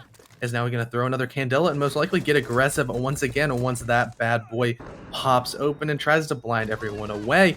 But Lulu will now get a pick onto Zane, but Exert has been downed by Headless and now finished. It's a 4v2, Headless and Wraith versus almost all of Miami, and they're starting to get some site control. There's only 15 seconds left, and Worm's going to try to plant once again. Will he be stopped by his teammates? We may never know. but It does still, look like a now safe that plant. yeah, it is a safe plant, and it will go down successfully. But now Headless has moved all the way up into sight, and he catches the thermite sleeping as he just gets the shots in the back. But Nomad will peek out and get the refrag, leaving it all up to Wraith, whose position upstairs has been known. He's trying to work these holes here, but it's not going to be enough as the attackers have just positioned themselves into really safe locations. As he does not, he's going to hit an air jab now and is really stuck here as he's going to take an aim duel with a Miami player and will fall at the hand of Audacity on the Ying with the headshot with that LMG after getting hit by the air jab. Versus LMG. It's just Ump's at a disadvantage unless you land the one headshot that you can get. Yeah, any gun has the potential to one-tap headshot, but it's not necessarily the easiest thing when you have somebody such as Ying just crouching and leaning and moving all over the place, and you have a really slow-firing, weak SMG that doesn't have access to the ACOG, and you have a Ying who knows your exact location, swinging with intel and swinging with confidence to take out the last player, trying to clutch a nearly unwinnable situation on the post plant. But now we're going to see York finally go back downstairs to basement lockers. This has been a site that they've failed to defend successfully thus far, and but they do say that third time's the charm, as they will be bringing a bandit this time instead of the Cade, trying to help deny any of that default breaching, slowing down the attackers just that little bit of extra time once they push inside of server. Yeah, and I believe that it is the Jackal and Ying combo that's been helping Miami just speed through clearing out the side rooms. As I mentioned before, they did spawn in the wrong positions, and they started pushing, thinking it is basement, but it wasn't. However, despite being 2 minutes down the clock, the execution was really fast because they knew exactly where people were thanks to the Jackal scans, and they just blind people, force them off of the site rooms with the Ying Candelas, and free plan for Worm without getting killed this time. Yeah, and that was a sight to hold, and I'm sure he definitely felt a little bit happy. I would love to see the comms on this saying like, oh my gosh, I finally got a plant down. You guys didn't kill me. Which would definitely be great. But we're seeing Stealth actually use a different smoke lineup this time as he has gone all the way into the B bomb site. We did see a couple of his smoke canisters miss on denying the default plant, and that is sort of an inexcusable mistake. You really, as smoke, your utility is so crucial and so important as you get into the late round, as it's sort of your only reliable plant denial, as you can just throw that gas canister and it will waste about 10 seconds, as well as possibly kill anybody who thinks that they might be able to finish out the defuse. Now we're going to see a quick scan of the feet of the Valkyrie, and the location will be known to be downstairs near the computer's elevators area. I do find it odd how York has opted to drop the deployable and bring 3 sets of barbed wire. Yeah, I think they're going to try to deny the aggressive push of Miami once they get into sight. I believe players have been just trying to fly all the way through and put a lot of pressure onto the players in red, and utilizing all of the barbed wire is going to definitely slow them down and not allow them to push in with ease. They're going to make a lot of noise, and Zane will now get a pick onto Soup, and that's the Maverick down before he was even able to finish opening up a hatch. Zane was able to aggressively peek those holes that he made and punish him for not breaching in the safest way possible. Well, with that, Soup was the only one that could actually guarantee a clear for these Meister Kims, and now these Meister Kims are going to be feeding a lot of intel, except it got taken down by Audacity because it was shooting a little bit too aggressively. Well, and they can't open the wall for free either. There's, I believe, a bandit charge unless they clear it fast. Yeah, somebody might just have to swing on in aggressively and try to just pre-fire it away, but when you have players such as the Jaeger playing close on this door, Ying's gonna start flashing out some stuff, and does the aggressive swing that I just talked about will take out and allow the breach here as the Jaeger gets punished for peeking, as Audacity had a nice lineup, but Exer will get refragged out by Zane as the Nitro Cell lands straight onto Worm, and this time he dies at the hands of the defenders while he's planting, leaving it all up to Audacity and Lulu to try to make some heroics.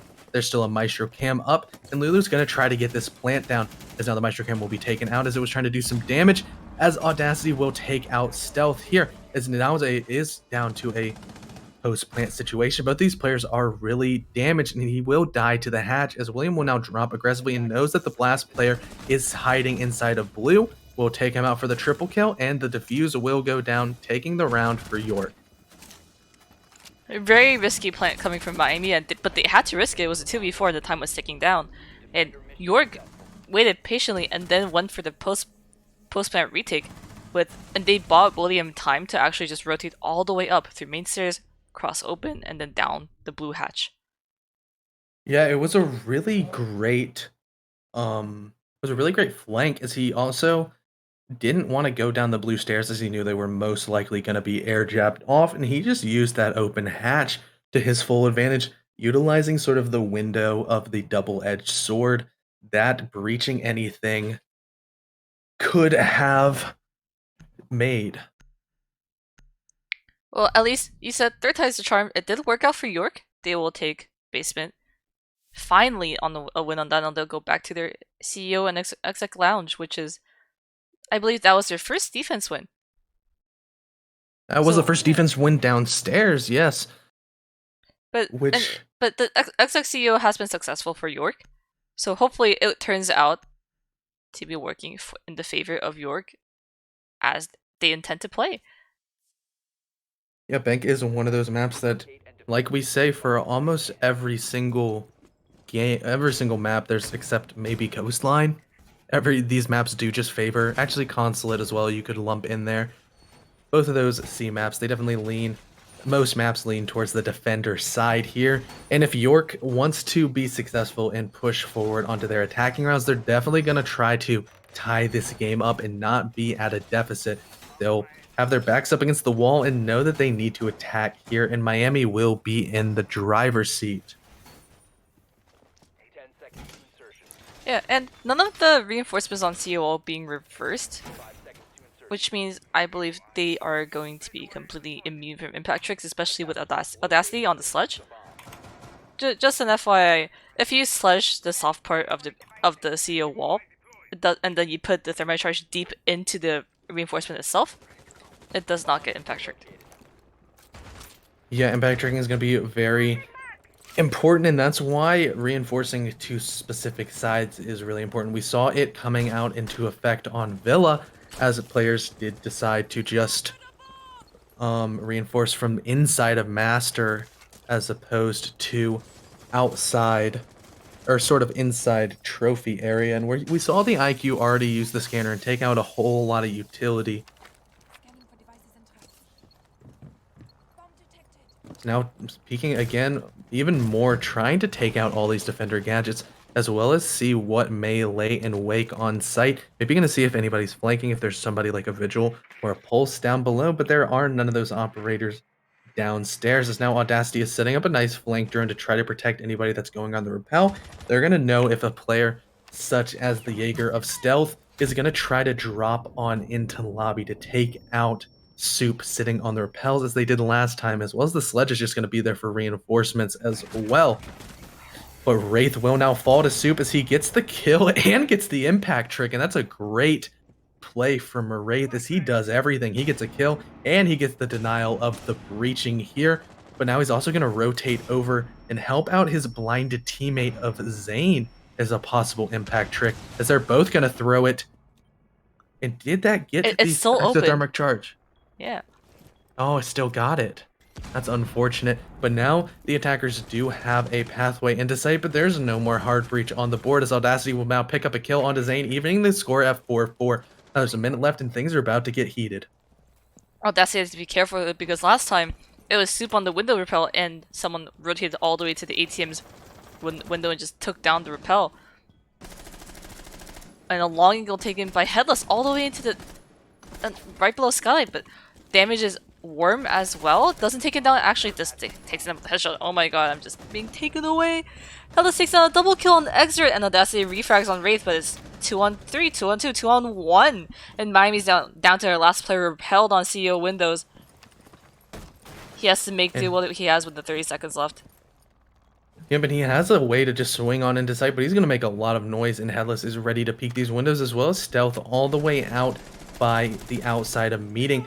But the sledge just go ahead and just swing. Actually, has swung in. Nope. Yep. Stealth will take out Audacity, tie up the half, and we will be switching sides going into round 7 on Bank.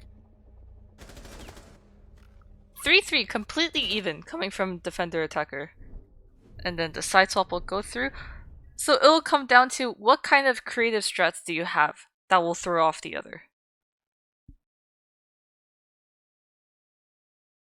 So we're definitely going to have to see what York has left in the tank, as they're going to have to try to, if they want to have this not go to map 3, they're going to have to take this map off of Miami. And with Miami getting 3 rounds on attack, they're seeming comfortable on their map pick. As well, we're seeing Exert pick up this pulse, and we're going to probably see a nice sort of interaction as he plays in towards Vault. He can see really deeply through the wall and can sort of tell any of the players with nitro cells or the. Yep, we're actually not going to see a smoke here, as Audacity will switch onto the Vigil. Anybody that might have those throwables over that red wall, he can tell them exactly when to throw them as the plant's going down. Yeah, as much as it might be boring for the pulse to just stay on the scanner, it's like, there's one heartbeat there, there's another heartbeat there, but those are really, really important because you can't, once your information goes, like, the camera goes down in this case, which is there's none to feed Miami information, his position is crucial. And the fact that he has to figure out if it's a fake plant or not just by purely just looking at the heartbeat, counting down the 7-second planter as well. It's all on Exert for post plant, and even actually just denying the plant itself. Yeah, his comms are definitely going to be the most important flooding around their Discord, so you're going to have to listen to his calls. He's going to have to be blasting them out like a shoutcaster. As going on the fake plants is what the attackers are going to be pushing in towards. That's why they're going to want to get server control as quickly as possible and not be forced with the time constraint to fall away into the trap of sort of 10 seconds left. Oh no, we have to plant. But if you're able to get server control with about 45 seconds to a minute, you can sort of try to start wasting away that utility, baiting out the nitro cells and smoke canisters, but there's just going to be nitro cells this time, as both the mute, actually all three, the Lulu, Worm, and Exer will all have nitro cells that have the ability to blast away the dreams of anybody that might be trying to plant that diffuser on that default thermite breach. Yeah, and then just what we saw on the drone a couple seconds before, they do see that there's a rotate from the main stairs into open area, like into tellers actually. So they know there's a roamer, they just don't know exactly who, as Audacity's been baiting with his visual gadget, which makes him invisible to drones, only leaving white lines just here and there on the screen. So they don't know exactly where he is, but they will know there is a roamer, and that will force York to clear top it down, spending more time before they reach the site. Yeah, and Audacity has cloaked away and will be hiding away from any drones that are trying to spot out his location on his deep roam, as he's just sort of juggling it back and forth. But now we're seeing the Jackal track come out with perfect timing, as Zane will use his openings in the hatch to take away Soup, and that's the Jaeger gone. That's a really powerful weapon off the board, but his utility will still be there. Now Headless will get a refrag and take out the roaming Audacity. It's actually not a refrag, it's another frag coming on the side of York University, as their attack is looking to be quite potent, as they already pushed into server and have cleared 2 roamers. There's just the 3 nitro cells left on the board, and they have enough time to get this breach down and start trying to bait those away. Now, there are so many more angles that Miami has to consider. They don't have too much of a main stairs presence, which anyone could flank, maybe even Zane at this point if he decides to leave this hatch, but right now, there's 3 C4s on the board. One gets used, gets nothing? The wall's still opening, so that's one wasted, however. One for Exert, one for Lulu, and that's it. They just have to fake it twice. Yeah, but with 25 seconds left, it's going to be a quick little time constraint, and the Pulse is just going to keep on trying to go away, but his Nitro Cell will be baited away with the Smoke Grenade, but now Lulu will pick up Wraith and drop the Diffuser onto the ground. But the other attacker, being headless, will just opt to walk straight in and use the guise of the smoke to get this breach down. However, Kite has jumped straight on into sight, but a whole flurry of frags go down and set up the post plant, and Stealth will pick up the final kill onto Worm and take the first attacking round to York and the lead for them on this map. Losing the two roamers probably in the midway mark may have hurt Miami a little bit too much, because the ones he had left by the end were the ones with the C4s, and those three are supposed to be really focusing on the planter itself.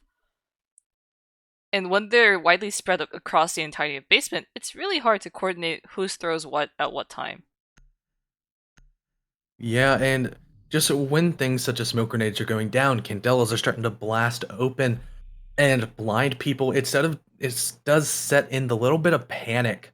That's probably what caused the nitro cells to pop in quite quickly, and they were thrown a little bit prematurely. But now we're seeing Miami go upstairs, as they won't retry the basement bomb site. They're going to try to just go straight into CEO and to show their hand as to how they want to defend that. Their lineup's going to be comprised of a Smoke, Jaeger, Castle, Doc, and Legion. Legion's going to be actually not bringing impact grenades. It's just going to be the Castle with those, as he will be bringing a bulletproof camera.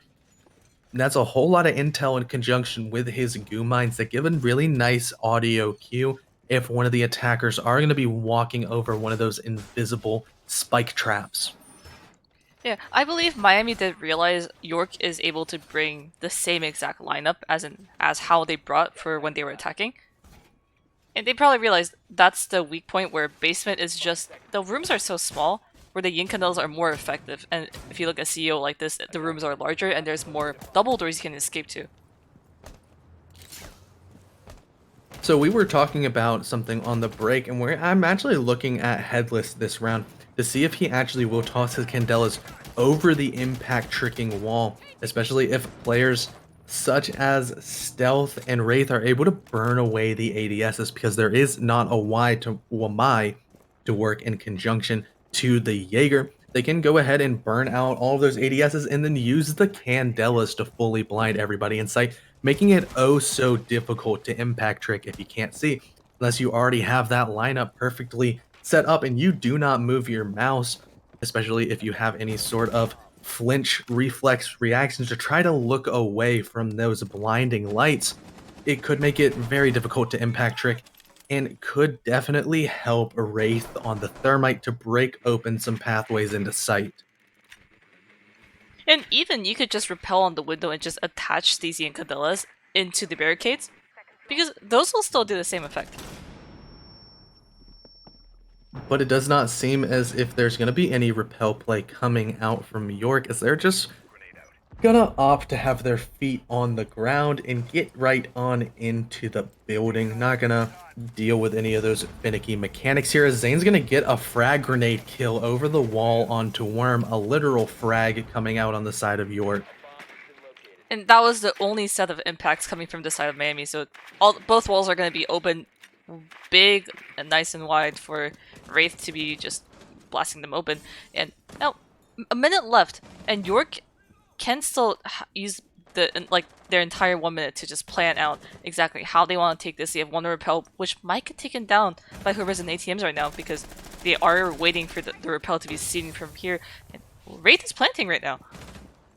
He's just pushing in with the smokes, and it does not seem as if anybody's going to challenge him, as Wraith will get the diffuser down with a 5-man post plant coming up. The smoke grenades are going to get thrown out, as the rest of these attackers are going to try to just escape to the outside. However, Wraith will get down to just before he takes the plunge outside, and Lulu will pick up a kill onto Zane, leaving it to now a 3v, essentially a 3v4 instance. Now a 3v3 as Headless picks up a kill, but Exert will answer right back, as well as Soup getting a headshot onto Headless on that skylight.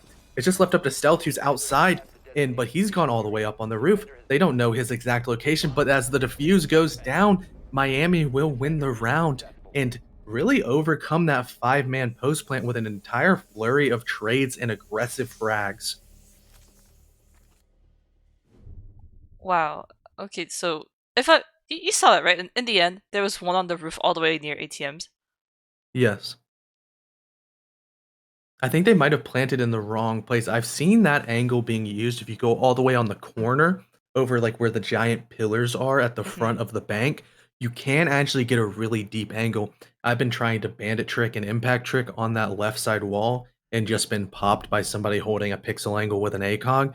Maybe they didn't quite have the lineup with how the thermite tried to plant, but That may have been the case, definitely.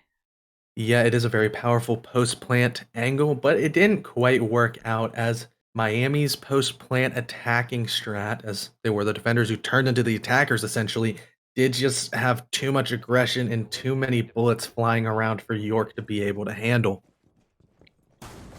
Seems like it was a little bit confusing for Miami as well because they didn't realize Wraith was down. The Yeah, vault and I guess animation that's why got the doc. confirmed. Yeah, I think that's why the doc just kind of flew out the window like Superman trying to get anybody on the rappel, and he did just look really confused when he didn't see anybody on the windows. He was just looking around, and he actually was standing right on top of the downed thermite, and he just lacked the critical information to secure that frag, as well as I believe it was Stealth lacking the critical information that the defuse was going down because he didn't quite have the lineup. Exactly, and they will be going back down to basement to defend this for the second time. And this time, they're bringing a Warden. And they're going to be trying to counter the Ying that now Headless is bringing. That's exactly what I believe Miami was the first people to use the Ying here. And now Headless is like, hey, I want to use it. She's been causing us trouble, so she's going to cause Miami some trouble too, with her kit just being so powerful with that LMG.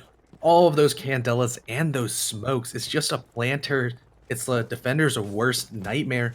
Because if you can't see anything, you can't shoot without getting lucky. Yeah, it looks like a really blue heavy hold coming from Audacity, and it is going to take them time.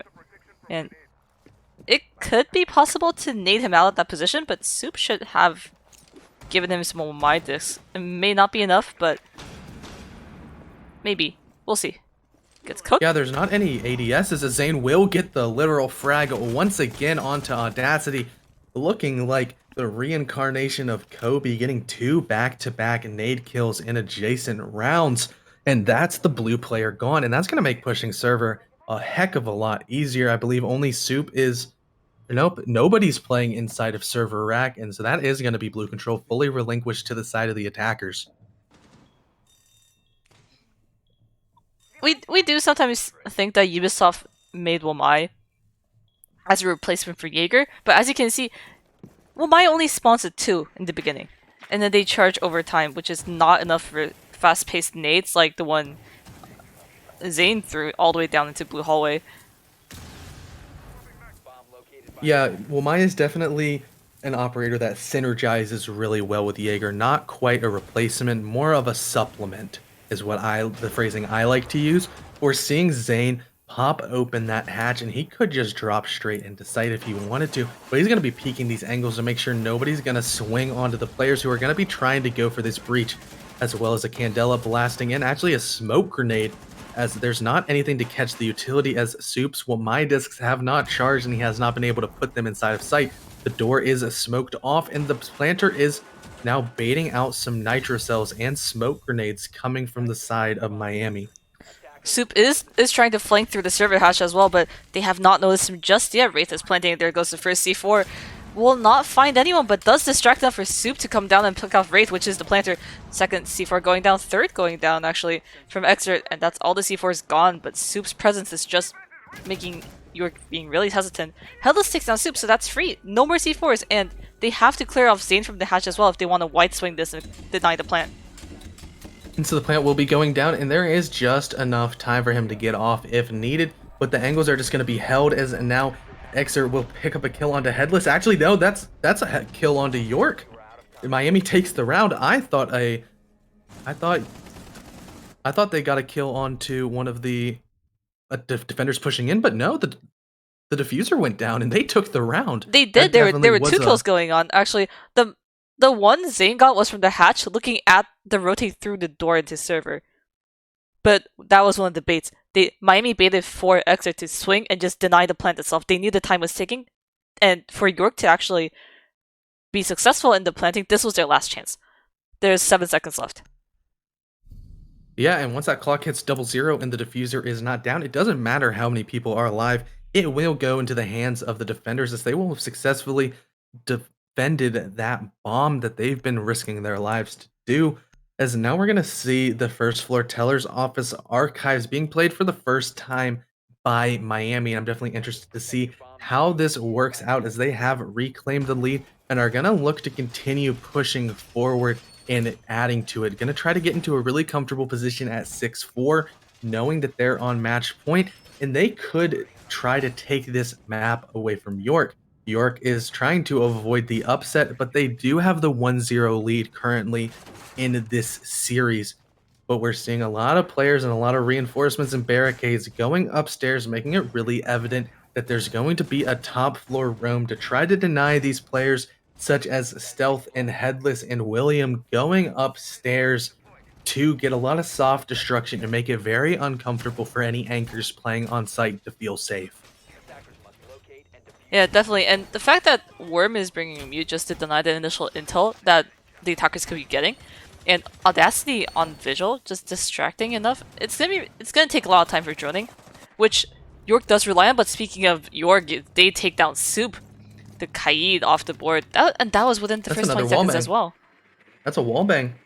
That's that pre-fire you can see. A lot of players on the alley access spawn, just instantly sprint up and start blasting through the window. You can get a nice little cheeky pick through two walls if you're lucky enough to land the headshot. And that's Soup off the board, as well as the nitro cell he had in his back pocket, leaving only Worm down below who can take out any of these attackers from below if they manage to get this vertical presence. But now Zane's just gonna fly straight into open area after droning it. He knows it's free. He might just push all the way into an aggressive facet into sight and try to catch anybody off guard, as the rest of his team has started opening up the walls in CEO and definitely making the roamers that are up here feel a little bit unsafe. Those footsteps and the barricades breaking has to be alarming for Miami, and Exer might be stuck here. There is a buck looking to just breach in, and oh no, blue on blue going on. Headless takes on William on his own team. And that's some more TKs coming out. We were making fun of Miami just a little bit, but now it seems as if York wants in on the fun with the TKs, as now Stealth will get a pick onto Excerpt, putting the man advantage back onto the side of the attackers. But Audacity is still on a little bit of a roam, and he has his cloak still available to stay hidden from these drones, as it's just Lulu, Worm, and Audacity versus Headless, Stealth, Zane, and Wraith. And there's still a minute left for these attackers to start making their execute. We're seeing some nice bullet holes coming in from the mute player, being able to contest a bunch of angles from relatively safe locations. That SMG-11 is a little bit hard to control, but Audacity will get a pick onto Headless, leaving it down to a 3v3. There's 50 seconds left, but Zane will get it back as Audacity will fall, and it's just left to Worm and Soup on site. And those bullet holes do come in as Worm picks up Zane, as he just keeps on going back and forth with trades, and the round is still tied up.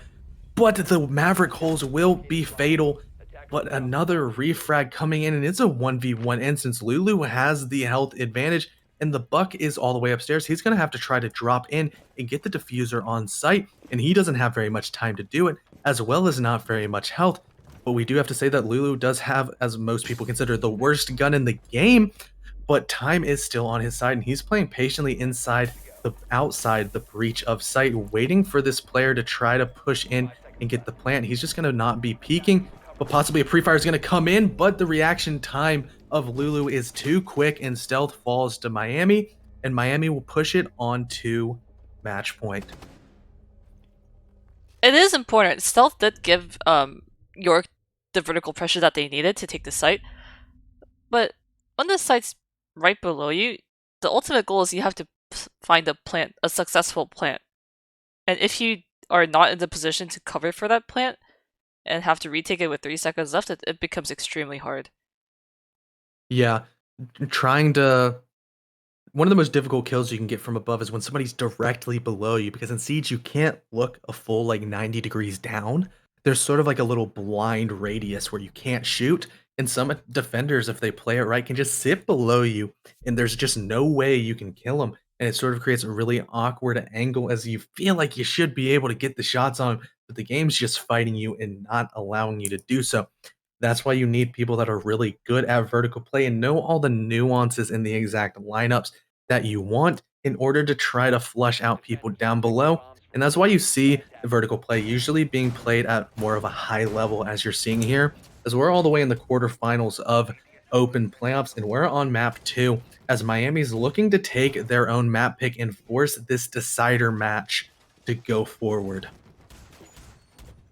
Just one more round, and then they can take a 5 minute break before they're if they go into map 3. But we'll see. The two bulletproof camps I feel like are a nice choice because you don't really know what operator they'll bring for the attackers. We've seen Ying, we're now seeing Capital. These bulletproofs can still ping through flashes, which is way more than enough for these defenders to grab enough intel and get ready for like at least like be ready to figure out what they need to do while they're flashed and where to reposition. Yeah, they can ping through those flashes as well as the smoke grenades that we're most likely going to see attached to the crossbow bolts of the Capitao that Headless is using, as well as he's bringing that big LMG with that really unique ACOG sight we saw introduced in Burnt Horizon with the Australian operators.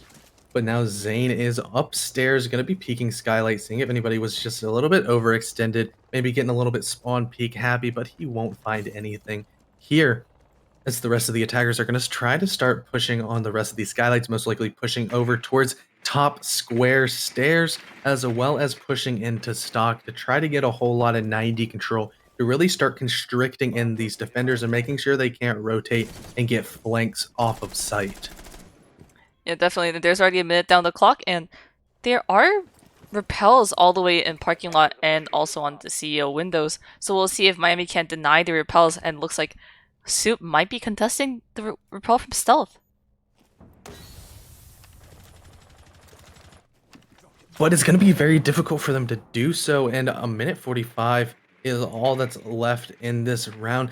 If Miami is able to take it, they will end this game right here, right now, so it could be the final round of Bank here. But not a whole lot has happened so far. It's going to be really difficult now as York gets an opening pick onto Audacity, as we're seeing a little bit of connection issues, unfortunately. Here, a little bit of lag, a little bit of Ubisoft being kind of bad on the servers, but now some breaching is going on, but it will be impact tricked away, most likely, as the castle's waiting here with that impact grenade in his hand. And that was the last of the exothermic charges. Now they have to rely on the mag for the 2-line, but it's going to take a while, and Wraith almost finds Worm in the janitor closet, and Worm will find Zane instead. There's no more hard breach. They have to force this horizontally fast. They're most likely going to have to swing straight in on the windows, and that's going to leave them in a really exposed position, and that's exactly what Headless is going to try to do. But William will pick up a double kill on the Buckets. Headless did a nice wall bang, and Wraith will finish out the round by picking up Exert, and York will find a little bit of life and force another round in this map. They just need one more round to tie this up and possibly take this to OT.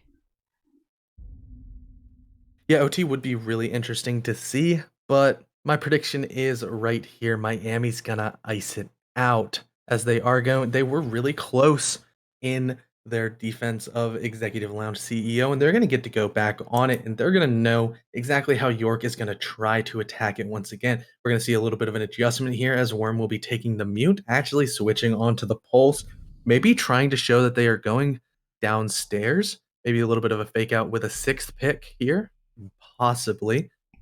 It Yes, looks he like will. it If is. Yep, Yeah. he's gonna go on to the fellow FBI agent and bring that castle that's so characteristic up and necessary on a top floor hold, as you really do need to block those really long lines of sights that a lot of attackers like to hold with their ACOGs all the way outside the building. And with Castle recently receiving a Super Shorty as a secondary, it's been much more useful than before because you can now block these off yourself and like take your time to do all the construction as well. And these rotates are not just relying on these like SAS shotguns anymore. Yeah, it's been all the SMG-11, which is not an easy gun to use, but Exert is showing why he's the residential smoke player and has been able to get some really nice long-distance kills utilizing the one-shot headshot mechanic to a full effect. He's mainly just using his shotgun to make rotates and help redesign the site to create really good lines of sight, as well as rotation holes for a little bit of extra mobility inside the rooms that these defenders want to plant their feet inside of. Just a reminder, they did lose this round just a few minutes ago, but it is the same exact lineup. It's probably just positional changes. Maybe they'll give Worm a longer angle and give Exert this shorter angle with the shotgun and janitor. But we'll see. We'll see how they have changed. Yeah, it's going to be very hard for York to maybe overcome these adjustments that they've done here, as Soup is probably going to try to stay alive just that little bit longer and show his prowess on the long angles with that MP5 ACOG, as well as his ability to heal anybody with his stem shot pistol that takes a little bit of damage, as Worm will actually take just a little bit through the window here, as he's pushed down to about 65-ish HP, maybe a little bit closer to 70, as some flashbangs are going to pop over the wall to burn away this ADS, as Zane's most likely going to try to frag grenade over to get a free easy kill, as Headless will get a pick onto Worm from the window rappel. It's not with even the Capital going through the fireball. They're not letting anyone get close to it, and the jump out comes from the Legion. A free kill for Lulu, and the second kill coming from Audacity on William, and that makes it a 4v3. Well, technically 3v3 on site for now until Lulu goes back, but still a winning move for Miami. But Lulu does get caught off in the middle of rotating by Stealth, who's repelled all the way in parking lot. Yeah, but they sort of know here as Soup gets a nice kill onto Zane, who just barely exposed the side of his head, and so does Wraith as Soup swings out and gets the double kill. And it's all left up to Stealth, and he's all the way upstairs. The diffuser's down inside of sight, and he's going to have to fight through an overhealed Doc, Audacity on the Jaeger, and the Smoke still alive. However, he does have a minute left, so he can take his time just a little bit. But there's a whole lot of angles he has to worry about as this breach is open, and everybody sort of knows where he has to come through, as we're seeing Exert hold a really nice angle through the breach inside of Janitor, as well as Audacity making sure that they can't push 90. But now he will spot out the Doc and will try to get him through the wall, but the shots will narrowly miss his head, and it's still a 3v1 as now the angles are coming out, and there's just so many people to take out as Stealth is able to isolate out Exert and trying to get Audacity if he tries to swing 90. But there's still 20 seconds left, and he still has a lot of people to kill, so he's going to opt to just push in through meeting, trying to take out this Jaeger, and he will not be able to do so, and Miami will take map 2 and force map 3 of this best of 3 quarterfinals matchup. Oh boy, map 3, 12 rounds each. Let's go. So now we will go ahead and take a 5-minute break to let these players refresh up, talk things out, maybe go to the bathroom if they need to, refill those waters, as well as give me and Calvrix the opportunity to level out our heads, refill our water bottles, and sort of decompress after all the words we've been spouting out. So after about a 5-minute intermission, we will be coming right back for game 3.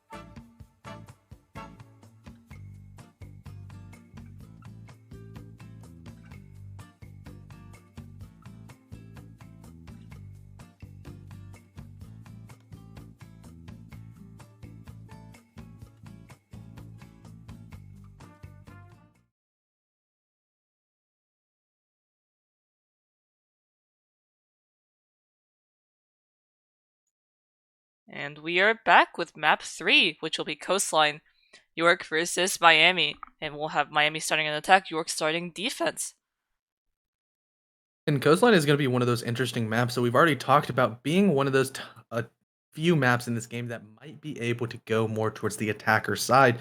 If you play any Counter Strike or know anything about it, I like to call this map the Dust 2 of Siege. It's real nitty gritty and it's all about gunfights and aggression. As now York will do a little target ban onto the Ying as they are sick of dealing with the buffed kit and those extra Candelas coming out from Soup and Audacity on the Miami side. And definitely, like, it's fun to play Ying, but It's when not you fun to know play against both Ying. both teams are capable of bringing Ying, I think it's just better off the board. Yeah, she's fun to play, but not fun to play against. Really, really not fun to play against. Yeah. Insanely frustrating. Even It's, with the Jaeger and like my combo, I don't think it's enough. yeah, it's not enough. She can just solo burn all of the ADSs if she wants. She can burn a single ADS with a well-rolled canister or candela if it explodes right before the doorway. And that's just a very powerful piece of utility with a one-to-one trade on an ADS is just insanely good value. Definitely, we'll see So, which one it is. Valk? Okay. So it is annoying. The Valk camps are also annoying when they're thrown outside and you have to look for them with your IQ gadget. Now you're kind of forced on IQ, but now it's gone. You won't be forced. You won't have to look for those outer cams.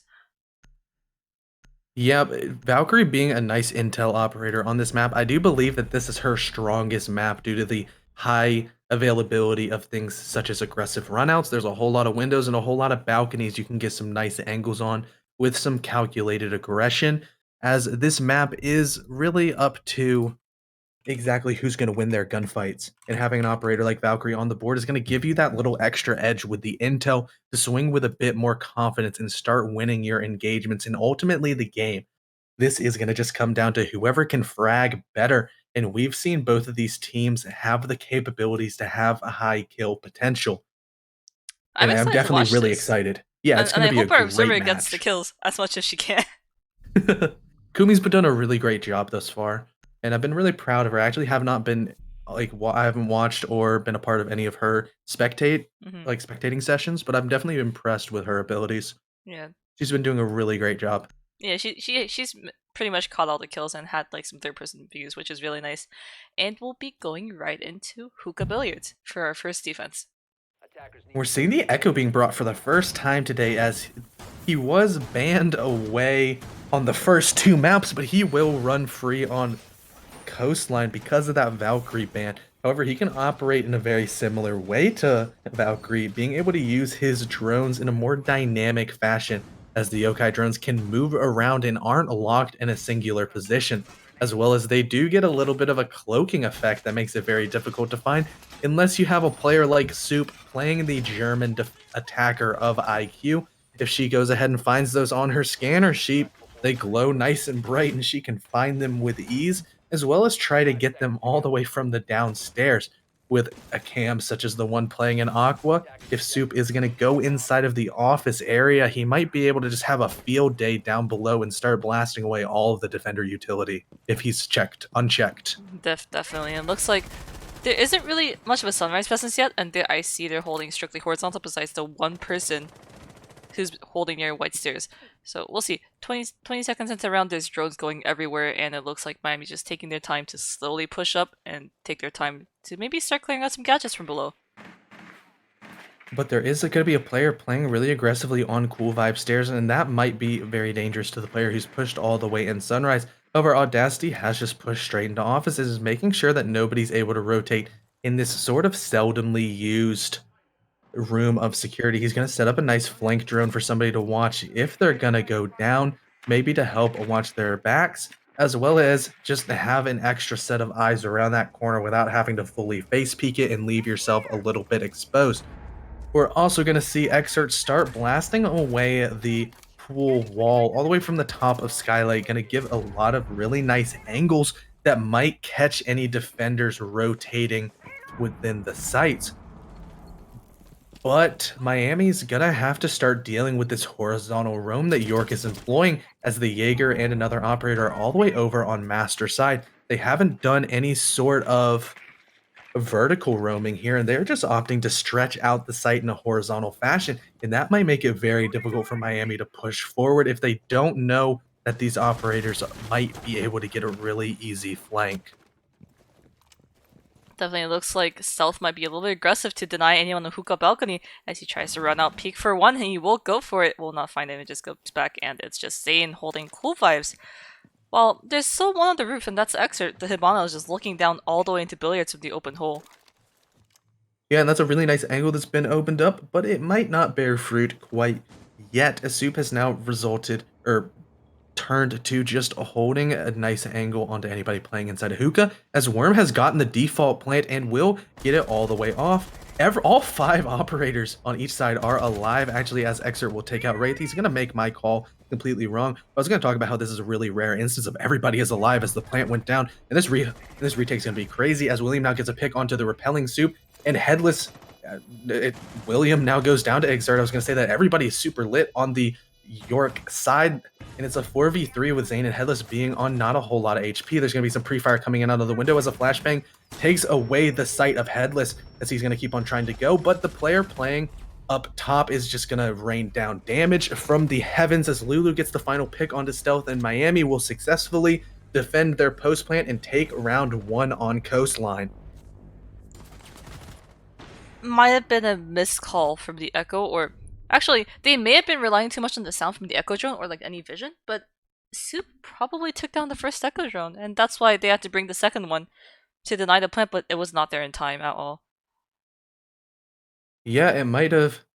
Actually, as we're seeing down at the bottom of the chat, Worm has finally gotten another successful plant down, and we can go ahead and celebrate that in chat, as this is a momentous occasion for the Nomad player. So he got the plant down, and his team won off the back of his abilities. So now we're going to be seeing a repeat sight of Hookah Lounge in Billiards Room coming out of the side of York, as they're going to try to maybe play a little bit more aggressive and stop this Aqua push and plant that Miami University was able to masterfully employ.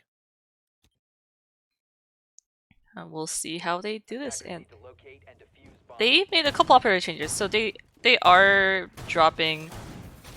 Yeah, they dropped the Legion for a pulse, and they brought the Visual on instead, possibly to just maybe deny some presence below from the start.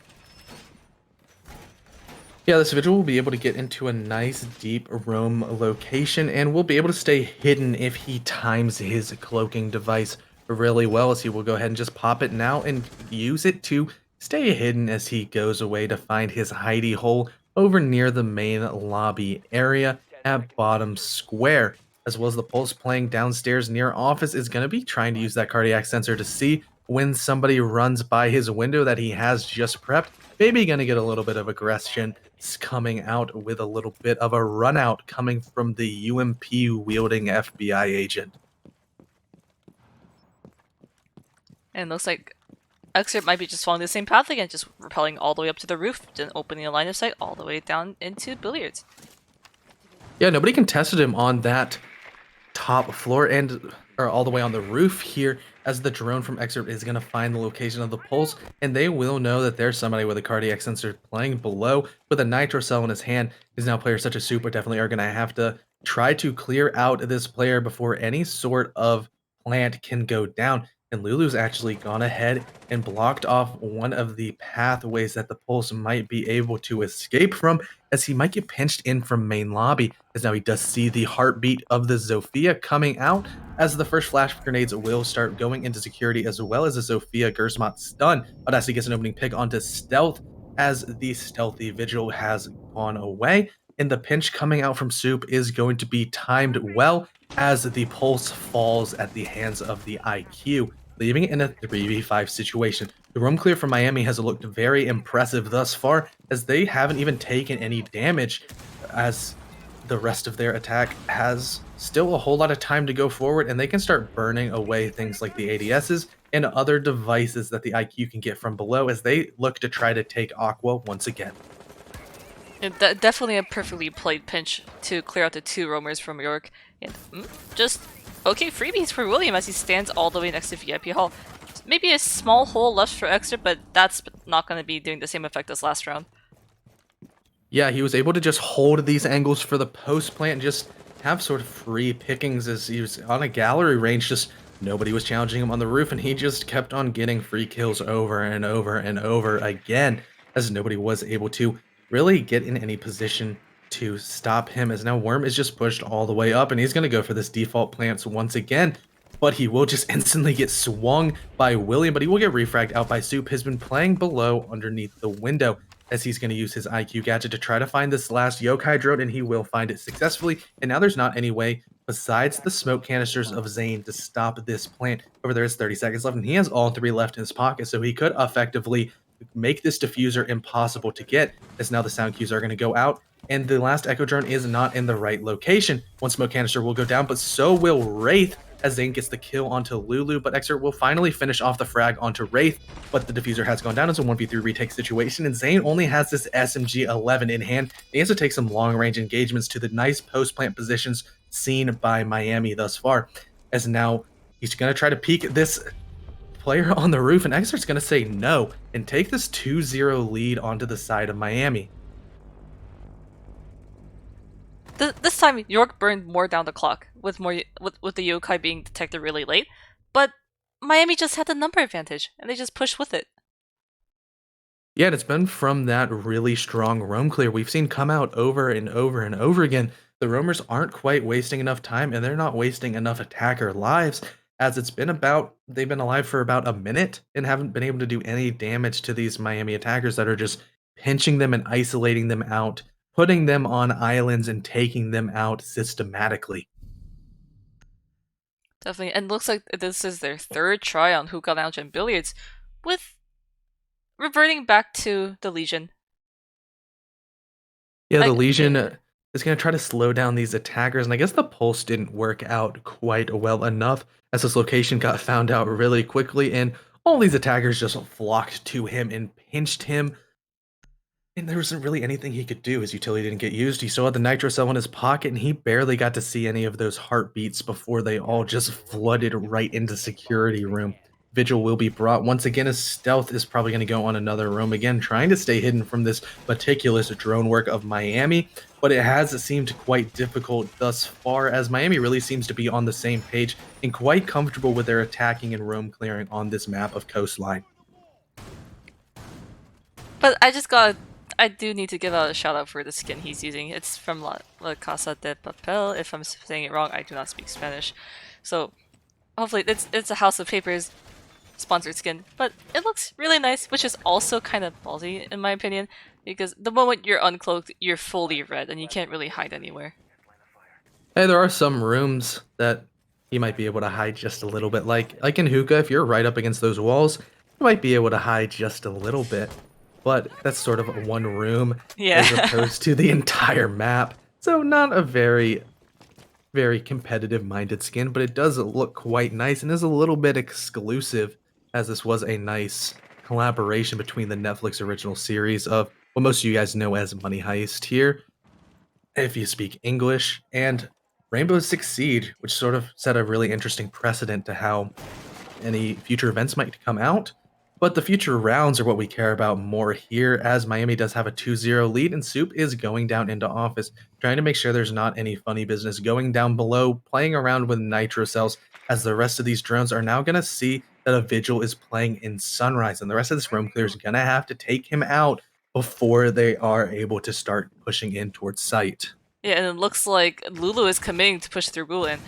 This stealth might be in trouble, and there are people coming down to help him. And Wraith takes a little bit of damage, like splash damage actually, all the way down near default. And Headless takes down Lulu. That's Sophia off the board. A long wallbang angle, and that's the second one off for Miami. Bullet hole, that's nasty from Stealth, and Zane takes down Soup. That's 3 gone from Miami, just a 4v2.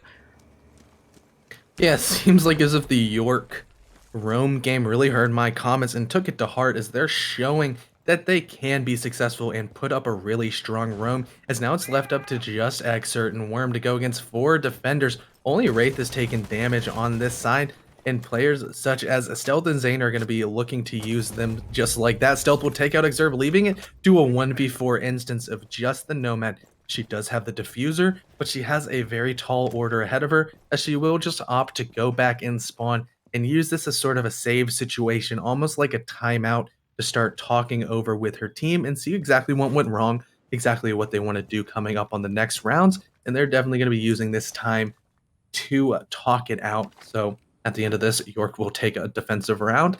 That they lack the critical information that there's going to be a save, so they're going to be on edge for this next 45 seconds. Well, at least Worm probably in his perspective is enjoying the nice scenery here, looking all the way into the ocean, past the palm trees and everything, just enjoying his time talking to his team, while the rest of York is on their feet trying to figure out where he went to. Yeah, it is. Clubhouse is a very beautiful map. I think it's one of the prettiest looking maps in Siege. Clubhouse. There's a, or not Clubhouse, Hmm. Coastline. Pardon me. I've. It's been a long time. Okay, we've been casting since 7, and it is what 10:43 or no 9:43. I can't count. Numbers are hard.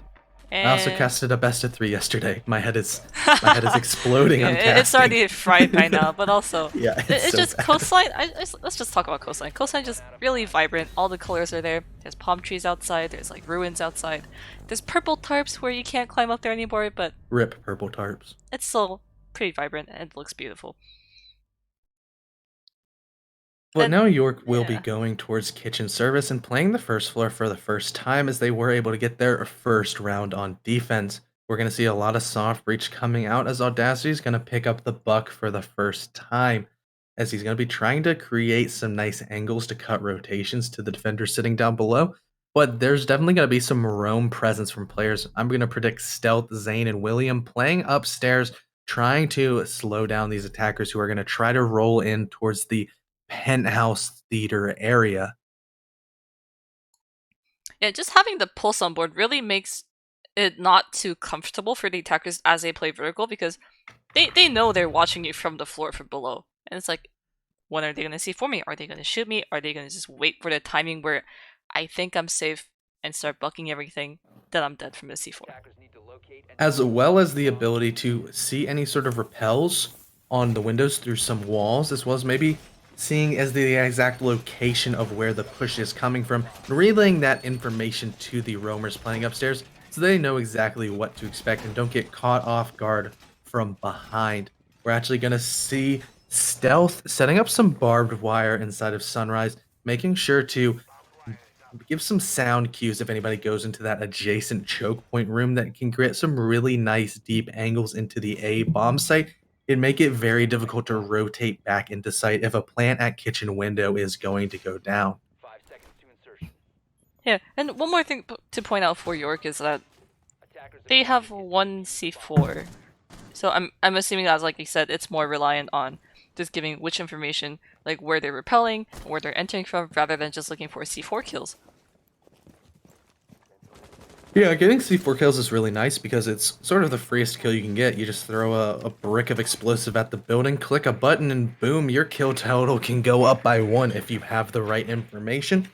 But Intel does run king, or does sort of stand victoriously in Siege, as that's what most of this game does come down to. There's a whole lot of gunplay, a whole lot of intelligence going on in it, but at the end of the day, whoever has the most intel does usually win the gunfight.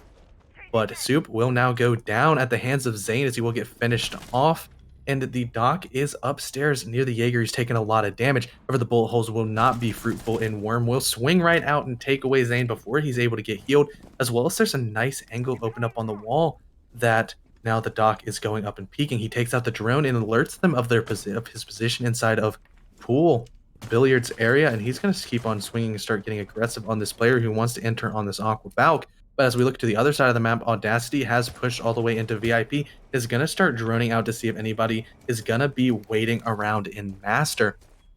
So now the Headless is going to start scanning that floor to see where these attackers are. And the sound cues of Buck's shotgun on the bottom of his rifle are going to make it evident that he is already in Master and is going to start destroying this floor as he is sitting safely on top of the bed. The Nitro Cell will not connect. and he's gonna now have free reign here, except if the holes are used against him. That's what Headless does, is he takes off the head of Audacity, but Lulu will get a refrag out onto Stealth, and now Doc is gone, leaving just the players who are sitting more closely to sight. Williams playing in main lobby in a sort of interesting corner. However, he does get droned out by the players trying to come down white stairs. He will just go back into security room and try to stay safe, as Headless is getting a little bit more aggressive on the desk and try to peek out on this player who might be pushing out any second now. Definitely, as much as we see the crosshair placement and Headless takes a double kill, we see everyone's outlines, but they don't, and they have to make the guessing game. And William will take down Worm, and that's up to Lulu, who's currently in Theater Penthouse, just looking down to see where he needs to go, but the diffuser's at the top of white, and he needs to collect that as well. But he's running out of time, there's 30 seconds. Yeah, he's going to have to reposition himself to get a little bit more aggressive. He's going to go towards kitchen window, try to fly in and make some magic happen, but the cardiac sensor of Headless is going to alert the rest of the defense of his position, as now there's about 10 seconds left, and we see some impressive recoil control coming out from William as the knife comes out from Wraith, sitting right beneath the window, acting as a frost trap, but no, it's Echo, and he's just going to hit his Melo key and end the round for York and tie this game up. It is a big F in chat coming through. Kind of an anticlimactic ending, but still, a knife kill's a knife kill. Yeah, knife kills are always great, and that's a little bit of something that could go in the highlight reel, as this is a high-level competitive game, and getting something like one of those melee kills is something you could sort of have as a feather in your cap if you're going to make a nice montage, or just have your clips on your hard drive to sort of fondly remember good memories of competitive Siege. And we will be going into a rather considered offsite, I guess. Blue Bar and Sunrise Bar. Yeah, Blue Bars and Sunrise Bar aren't necessarily seen that often, as this map does typically go towards the even side and maybe either going more towards the attacker. So you usually just see an alternation between hookah and kitchen being played. However, York has managed to string 2 defensive rounds together, and that's going to force them into this bomb site, where it can be very strong depending on how you set it up. I would be looking of them to destroy in the middle of your screen, sort of the middle right. They're going to try. I'm going to hope that they blow out the bottom of this wall, and yes, they will. That's going to create some really deep angles and make the A bomb site an absolute kill box, as somebody can just sit in that door near main lobby and take out anybody planting.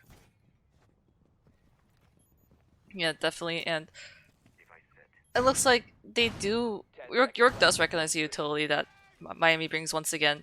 It just having more deployable shields has been allowing York to play more aggressively, seen in the previous 2 maps as well. So we'll see how aggressively they play for Blue Bar and Sunrise.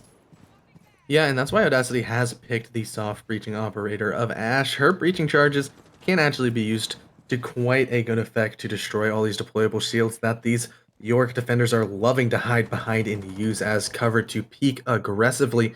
And in conjunction with Lulu playing the Zofia, that's going to be 4 explosive sort of projectiles that can take out all of these shields. And there are not that many on the board, as only Headless and Stealth have brought one, so there's only 2. But Headless is going to be reconstructing that wall and giving himself an option to peek from the right or left side, as well as give himself some nice throwing angles at the top of that kitchen wall that could get all the way into sight if he so pleases. Definitely, there's a minute down, shut off the clock, and Wraith lost both of his yokais already. That's a whole lot of utility going down, as Wraith most likely would have liked to keep those yokai drones safe for the end of the round if there's going to be any sort of planting shenanigans going on, but now he does not have those observation tools at his disposal, so he's going to be left to just his gun. But the rest of these attackers and defenders are still alive, and there hasn't been really any engagements thus far, and half the round has dwindled away. There's still some people upstairs trying to make some angles, trying to force this smoke, who's planted himself firmly inside of kitchen, as Ash will now breach open this wall and give a little back door into the smoke's location if he so chooses to push it. But he's going to be having his attention diverted towards the security room that connects right into office, as now a nice long angle is opened up, but the shots will not connect onto the player trying to aggressively peek this long angle and take out this Ash. Now, but Worm will take the first kill onto Headless, and that's the smoke gone as they now see the Bandit rotating upstairs, and he will get taken out by Soup, but Wraith will get the refrag with the Echo, going out and evening the scoreline up, but not for long as Excerpt will take out Stealth, but another frag coming out of Excerpt as he uses a nice prone angle to take out Wraith and leaving it all up to Zane, but Lulu will say no, and Miami will finally take another round back and make it 3-2 to Miami. Miami, knowing that you have to take lobby to take basically blue bar control, because as you see the footholds are open, they took it, and then they took security, they took Sunrise Bar, and they got the flurry of kills, and they just needed maybe a total of 45 seconds to make that happen. Yeah, it was a really aggressive push. Once the momentum started going, the frags just kept on flying, and trade after trade after trade happened.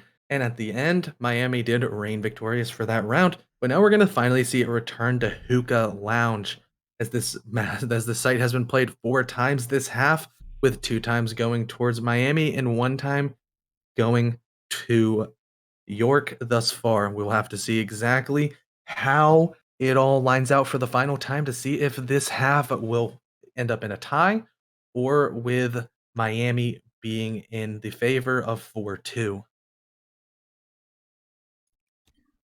Well, if Miami takes this 4-2, then that is definitely what they wanted to, because I believe CORSAIR, as you said before, is like the only attacker sided map, I guess, out of the current maps in the pool.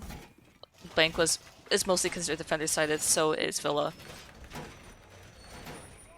Yeah, I can definitely agree with that statement. But a couple of maps do sort of depend on the bans, such as I think if Consulate, if Thatcher's on the board, it's attacker sided. Personally, Yeah, if teams do know how to does make it repel, very easily. yeah, especially that basement bomb site is really difficult to defend if Thatcher's on the board. But also with the introduction of operators such as Kali, it does still lend the ability to really hold some long angles with that gigantic sniper rifle that we haven't gotten to see thus far. We've gotten to see her sort of operation teammate in the form of Y being played quite a bit, but have not seen the sniper being brought thus far. I think personally the only downside of Kali is that you really have to get used to the sniper with the flicks, because otherwise you have to rely on the CC where you can see. But speaking of being unable to see, Soup doesn't find Zane, and he will land a headshot, get landed headshot instead. Zane leaving the battle untouched. Yeah, this has been a really interesting game because it seems as whoever gets the first pick has taken the round. And so if the precedent does come forward, we will see potentially York tying this game up as Zane gets the first pick onto Soup.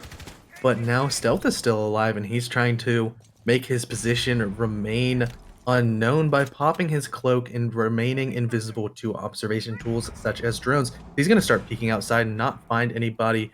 Playing over towards the outside office door, Buck will blast open the door as Worm will blast away the barbed wire with her knife. However, she will take a whole lot of damage, about half her health, as Headless gets a nice wall bang through the couch with that Alda. 81 bullets and a dream. All you have to do is land 1 on the head. So you got pretty good odds if you start praying and spraying with that LMG. The Yokai drones are still alive in sight. With a minute and 20 left, as a little bit of soft breaching is going down with Zofia blasting one of her lifelines in towards the vase area. And there's still a minute 20 down on the clock, but it's really risky, and RO8 just takes down the Exer, and that's 2 gone for Miami total. And there's Audacity repelling, and Lulu finds Headless, making it a 4v3. Yeah, with about a minute left, we're going to see a player just run straight into sight and get punished accordingly, as William has a nice long angle with that SMG-11, but Worm will get a nice refrag out onto Zane, leaving it at a 3v2. Miami's going to have to get a couple picks and overcome this man advantage that York has managed to carve out, as Stealth is going to go below and try to get this player who's up on the rappel, but he's going to sort of give up just a little bit too soon, as now Worm will take care of William and tie this round right back up at 2-2. Over there's 30 seconds left, and there's still a Yokai on the board with no IQ, and that could spell disaster if you're trying to plant, as Wraith can also use his gun to take out Audacity, leaving it all onto the shoulders of Worm. Once again, will he be able to get a plant down? Most likely not, as the Yokai drone is going to start pinging him and stunning him waiting impatiently for Stealth to swing if he so desires, or he's just going to wait patiently and hold the angle and take out Worm and tie up the half for York. And we will be going to side swap with a 3-3. Really patiently played by Stealth. He could have maybe had the heat of the moment and just jumped out, and that might have made it into 2v2 in favor of Miami, but he just punched it, thought about it, and just went back off to take a more safer route. Yeah, when you have the yokai still on the board, if you have a good Echo player, he's going to be able to maneuver that cam into positions where it cannot be easily shot or seen. And it's going to be able to hide on lights, it's going to be able to hide on the ceiling, and just relay so much information for the rest of the team to play off of. And that's exactly what Stealth did. He just waited patiently until the Nomad walked right into his crosshair because he knew the time was going down. And they were either going to have to push and get, or the Nomad was either going to have to push and get the frag, or she was going to have to plant that diffuser. And that would have been a long 7 seconds that Stealth would have had to react to just walk a couple steps forward, line up the headshot, and take out the vulnerable player. But now we're going to get to see exactly how Miami is going to defend, and they're going to go straight into blue bar. Going to throw a little bit of a curveball towards these York attackers as they're going to pick the traditionally tertiary bomb site first to try to maybe get a free round on the back of some confusion from York. It does seem as if their attacking lineup could still definitely work with that, as the gridlock does have smoke grenades that will allow a little bit of an easier access into sight. I think the main thing about Blue Bar and Sunrise is you sort of need smokes to sort of get anything going. You need to block off a lot of these lines of sights that can be opened, as well as get a little bit of vertical control towards hookah to maybe get the players that might play behind bar or behind that couch sandwich area who can cause a lot of trouble if you want to plant on the B bomb site. Yeah, definitely. And the setup seems a little bit slow. The one setup difference compared to York University would be that there are no footholds along the line, along the wall for Blue Bar facing courtyard. Yeah, and that's going to make a little bit more trouble, but the Vigil's going to run out and give a lot of damage to Headless on the IQ, and he's going to live with just 1 HP, and there's not going to be any refragged out potential or any damage given to Soup at all, as he's just going to run away knowing he lit this IQ up, and he's going to be about 1 shot for any of these other defenders to finish up his kill. And he's moved all the way back towards 90. He's going to be trying to use the cams to feed intel to himself, and he's going to start getting aggressive once again, as now a drone's going to spot out that Jaeger, but Exert will now take out Stealth, as it's going to be all the way down to a 4v5 really quickly, as now some smoke grenades are going to go out, stopping any sort of aggressive push that's going in towards the sauna side of Sunrise Bar. And Headless is still really not on a whole lot of HP, and no damage has been done to the side of Miami. Yeah, and really, the one idea you could try doing is looking top down, but you don't have the opportunity to do anyway because Stealth was the only one with the impact charges. Headless does not have any breach charges, and through the floor hole made by Wraith himself, he'll get taken out, and that's 3 left for York. And Headless with 1 HP left still takes down Exert, making it a 3v4.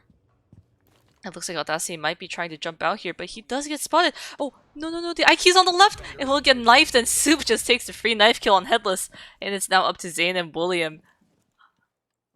Yeah, he's getting a little bit of revenge for getting knifed on the kitchen round a little bit earlier by the Echo. He's going to add that one to his highlight reel. Now it's going to be all up to the Habana and the Thatcher to mount this 2v4 push onto site. They're going to have a tall order ahead of him, and they actually did make those footholds a little bit late, and we didn't quite catch them. Because now we're going to see the castle is right below one of the players. He's waiting for him to drop the hatch, but William going to pick onto Soup, who was a little bit over aggressive on his Vigil roam.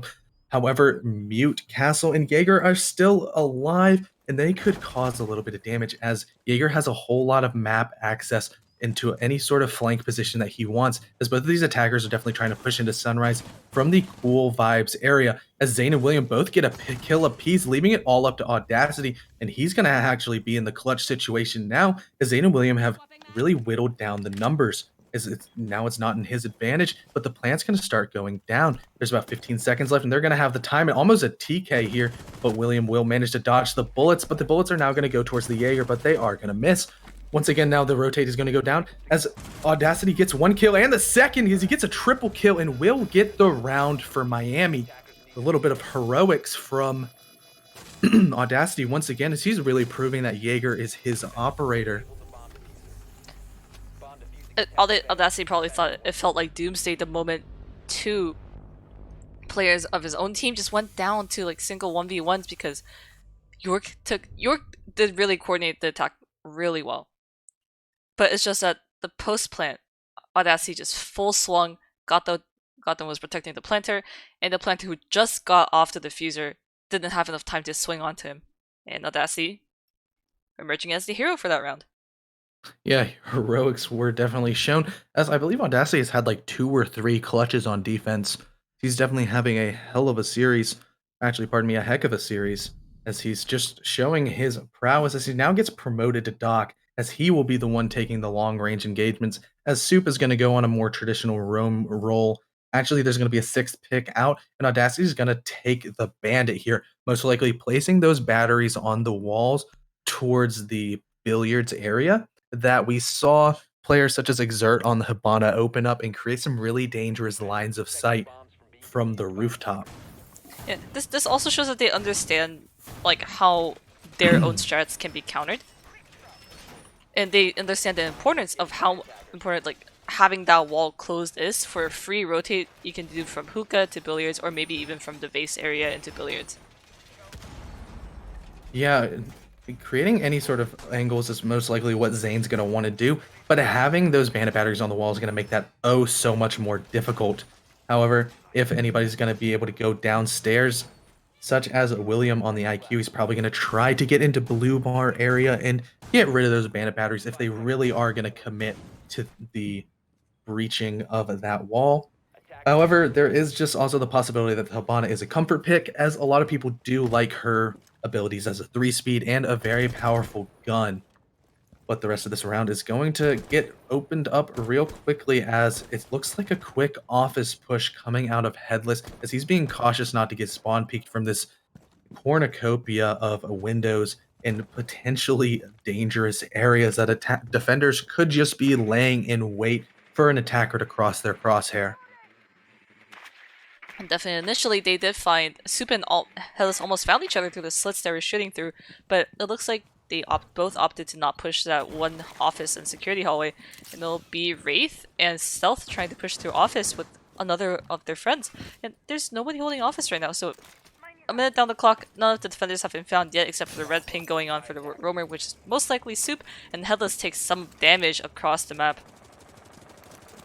Yeah, these really long lines of sights are what most players are going to be trying to go for, as that is sort of the easiest way to get a free kill and not take a whole lot of damage. If you can use something like a nice floor angle that we've seen some of these attackers or defenders set up, it could spell disaster for these attackers that want to go downstairs to destroy the utility of the players sitting up in the hookah and billiards bomb site. We're seeing a nice rappel angle come out of Stealth as he's just barely peeking his head in between these bars, trying to make sure nobody's able to push this rotate. Here is the sledgehammer is going to break open blue bar wall and allow a quick rotation here, but William will get the opening kill onto Soup and start the action with about a minute and 15 left in this round. And the really smart positioning by whoever's sitting on, I believe that is the smoke on top of the billiards bar, where they know nobody's repelling, and meanwhile Audacity will take down Headless, and that's sledged off the board, and Gridlock is looking to set up some Gridlock traps or a post plant. And oh, the smoke shots going through next to the bomb, and I believe there was some bullet holes as well, and Smoke's being really aggressive, one canister being used, and the other two being saved to later clip through, and might find some feet of the IQ, but the timing! He turns away at the last second. Yeah, he's going to be going for this clip smoke most likely once again as the comms are going out and this Gridlock is trying to plant. However, that noxious toxic gas is going to make that quite impossible until it dissipates, and that's going to waste some of the smoke utility away, as well as there actually is some holes down beneath, and that's where a nitro cell is going to come out as Audacity claims the life of Wraith, and it's a 4v3 instance. The diffuser's down on the ground and there's only 15 seconds left. York is going to have to start getting aggressive, but Worm's going to swing straight onto Zane and take him out. It's all up to Stealth and William, and he's going to start firing in on holes and won't be able to get anything, but William will pick up the kill on Exert as they're trying to swing on into sight, but Worm will take him out and leave it just up to Stealth, who whips out the pistol and isn't able to stop the flurry of defenders converging on his location, and Miami wins another round. The spread of utility just over time was perfect for Miami. The 3 canisters paced out so that the planter, which was in this case, I believe, Wraith, he got delayed so much, and then he got killed by a C4. Then you're already down the clock where it's like 15 seconds left, and you have to try another plant, then your planter dies again, and you push again, then you die once again. We're seeing Audacity pick the Goyo for the first time, who's a very strong operator on the site of kitchen service. His impact just being brought into the meta has completely sort of redefined how you hold kitchen.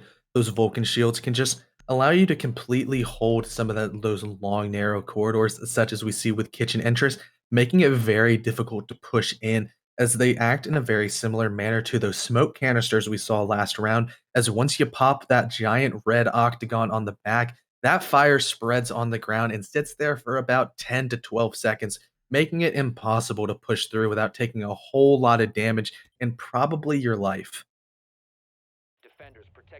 Yeah, and really, even though Mozzie lost his shotgun, he still stands strong in this meta, especially when Thatcher is banned, because it gets really hard to clear out these Mozzie pests, and it delays your droning significantly.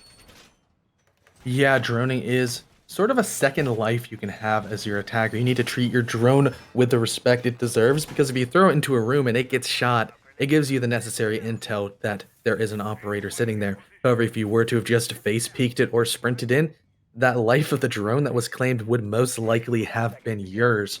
So any operators such as a Mute and Mozzie are a really potent combination that make it really difficult to gather up that intel and find those roamers that can cause so much damage on a late round flank, or even just if you have to push an area blind, they could just be sitting in a corner waiting for you and just absolutely decimate your attack. Definitely, and looks like it's more played out horizontally for the side of Miami just holding this defense, as we don't see too much of a roamer presence, probably anyone besides Sub and Lulu. Yep, so they most likely are going to just relinquish this top floor control, but they do have two nitro cells in hands coming out of the sides of Audacity and Soup, with Mozzie and Goyo both having one of those gigantic explosive bricks in their back pocket. They can throw that straight onto the floor and blow up any attacker that might just be sitting there trying to get any soft breach. And that's exactly what Headless and Stealth are going to try to do, as actually we're seeing Lulu hold a Vulcan shield upstairs, giving him the ability to just pop that shield if he starts getting overpressured, and allow him to make a great escape down white stairs with his life if he so chooses so. But Zane's getting really aggressive and just pushing all the way up with Sunrise, and he hasn't met any resistance thus far, as the drone's going to come in and the Maestro's going to peek out on it. He's most likely going to know that somebody wants to push quite aggressively from that area, as the Goyo of Audacity is also playing in towards the main lobby area, trying to block anybody that wants to come down these white stairs, or maybe drop that hatch right beside the main desk area. And we see William almost found the outline of Audacity, but he hasn't peeked just yet. Maybe he'll find it, but Zane takes some damage during some gunfights on second floor, and he's just running around trying to find the first at 90, but 90 backs off, and he just has to clear out cancer before he even peeks all the way down White Hallway as the defenders back off, but Audacity finds a kill on William, and dash Ash off the board, and Hellas finds a kill on the exit, and Wraith is down by Lulu with the pistol kill. And they just have to hold sight now. Yeah, there's been a whole bunch of trades, and Soup will pick up one of his own now, and so it's just left up to Stealth and Zane on this attack, but the Nitro Cell will claim the life of the sledge as Soup tosses up that explosive and puts it all onto Zane's shoulders, as he will fall at the hands of Lulu, and Miami will go to match point. Miami just playing for reflex. They know they want to be able to reflect no matter what. They play within 5 seconds of each other, and it has been showing. York has been getting shut down in terms of when they try to be really aggressive for peaks. Yeah, like we said at the beginning of this game, it's going to come down to whoever's winning their gunfights. And right now, that shows completely on Miami. They're peaking with confidence, they're hitting their headshots, and they're always playing well as a team, being able to refrag out, as we're seeing it just a lot of these rounds, all of the kills are so clustered up and chaotic, as it's just one person gets a kill, there's somebody else swinging that to get the refrag, and then another person swinging, and then another person swinging, then another person swinging, and sort of whoever's been getting the first kill has been just ending as the lone survivors of the round and taking it their way.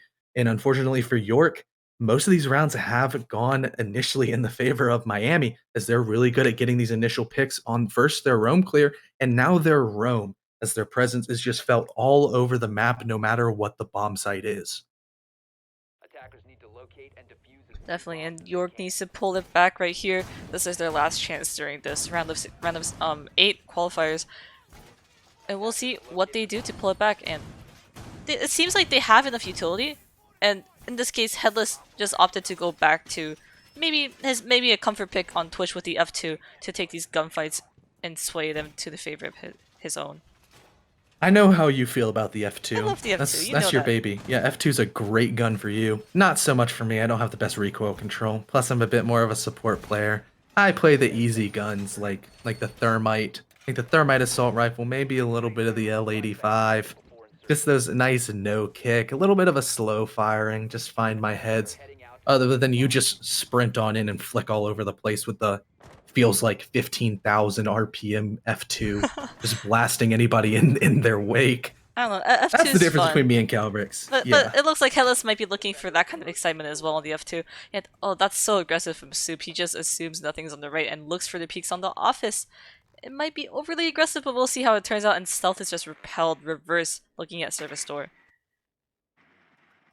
And some more drone work's going to go out, and they're going to continue to see this really horizontally spread out Miami defense as they've sort of spread all the way to the entire first floor. They have presence in kitchen, they have presence in office, and they have presence on both of the sites, as well as I do believe they have somebody upstairs waiting on the roam to try to get some sort of flank, as well as now the castle and the nomad are going to get in a little bit of an engagement, and both of them taking a little bit of damage. Actually, that's audacity on the Jaeger, as now Headless will take a little bit of damage from the castle, but William will finally clean up Audacity here. Actually, was the castle, and I was correct in that instance. He will get downed by Wraith on the entry frag, giving the advantage to York, as now they can just play a little bit of the refrag game we've been talking about, as they do have a two-man advantage going forward. Now William will pick another kill onto Soup and grow that lead to 3 men, as just the rest of this round is looking to crumble around Miami, as it's going to be a 2v5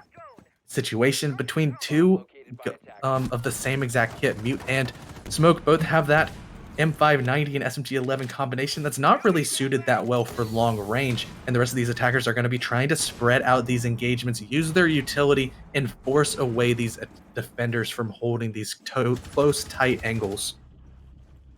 And now William takes his triple kill for the round and gets. Ooh, what is this? Warp takes down 2 on this SMG11. He has 75 bullets in his entire gun and only 13 per mag, and he will have to take this carefully. This long range try coming through soon, and he lands a couple of shots on stealth, but it's not enough to kill him. And there's one standing on blue bar, I believe it's Wraith, trying to find Worm as he tries to push, and he needs to decide fast. There's 25 seconds left, and he has to make the push eventually.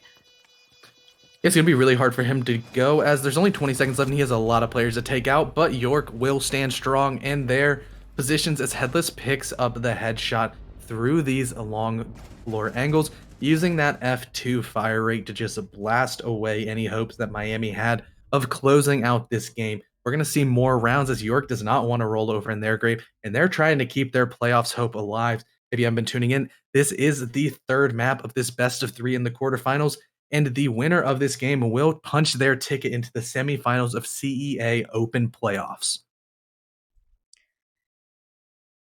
If York wants to bring this back, they need to do it in the next 2 rounds. Or else they're done.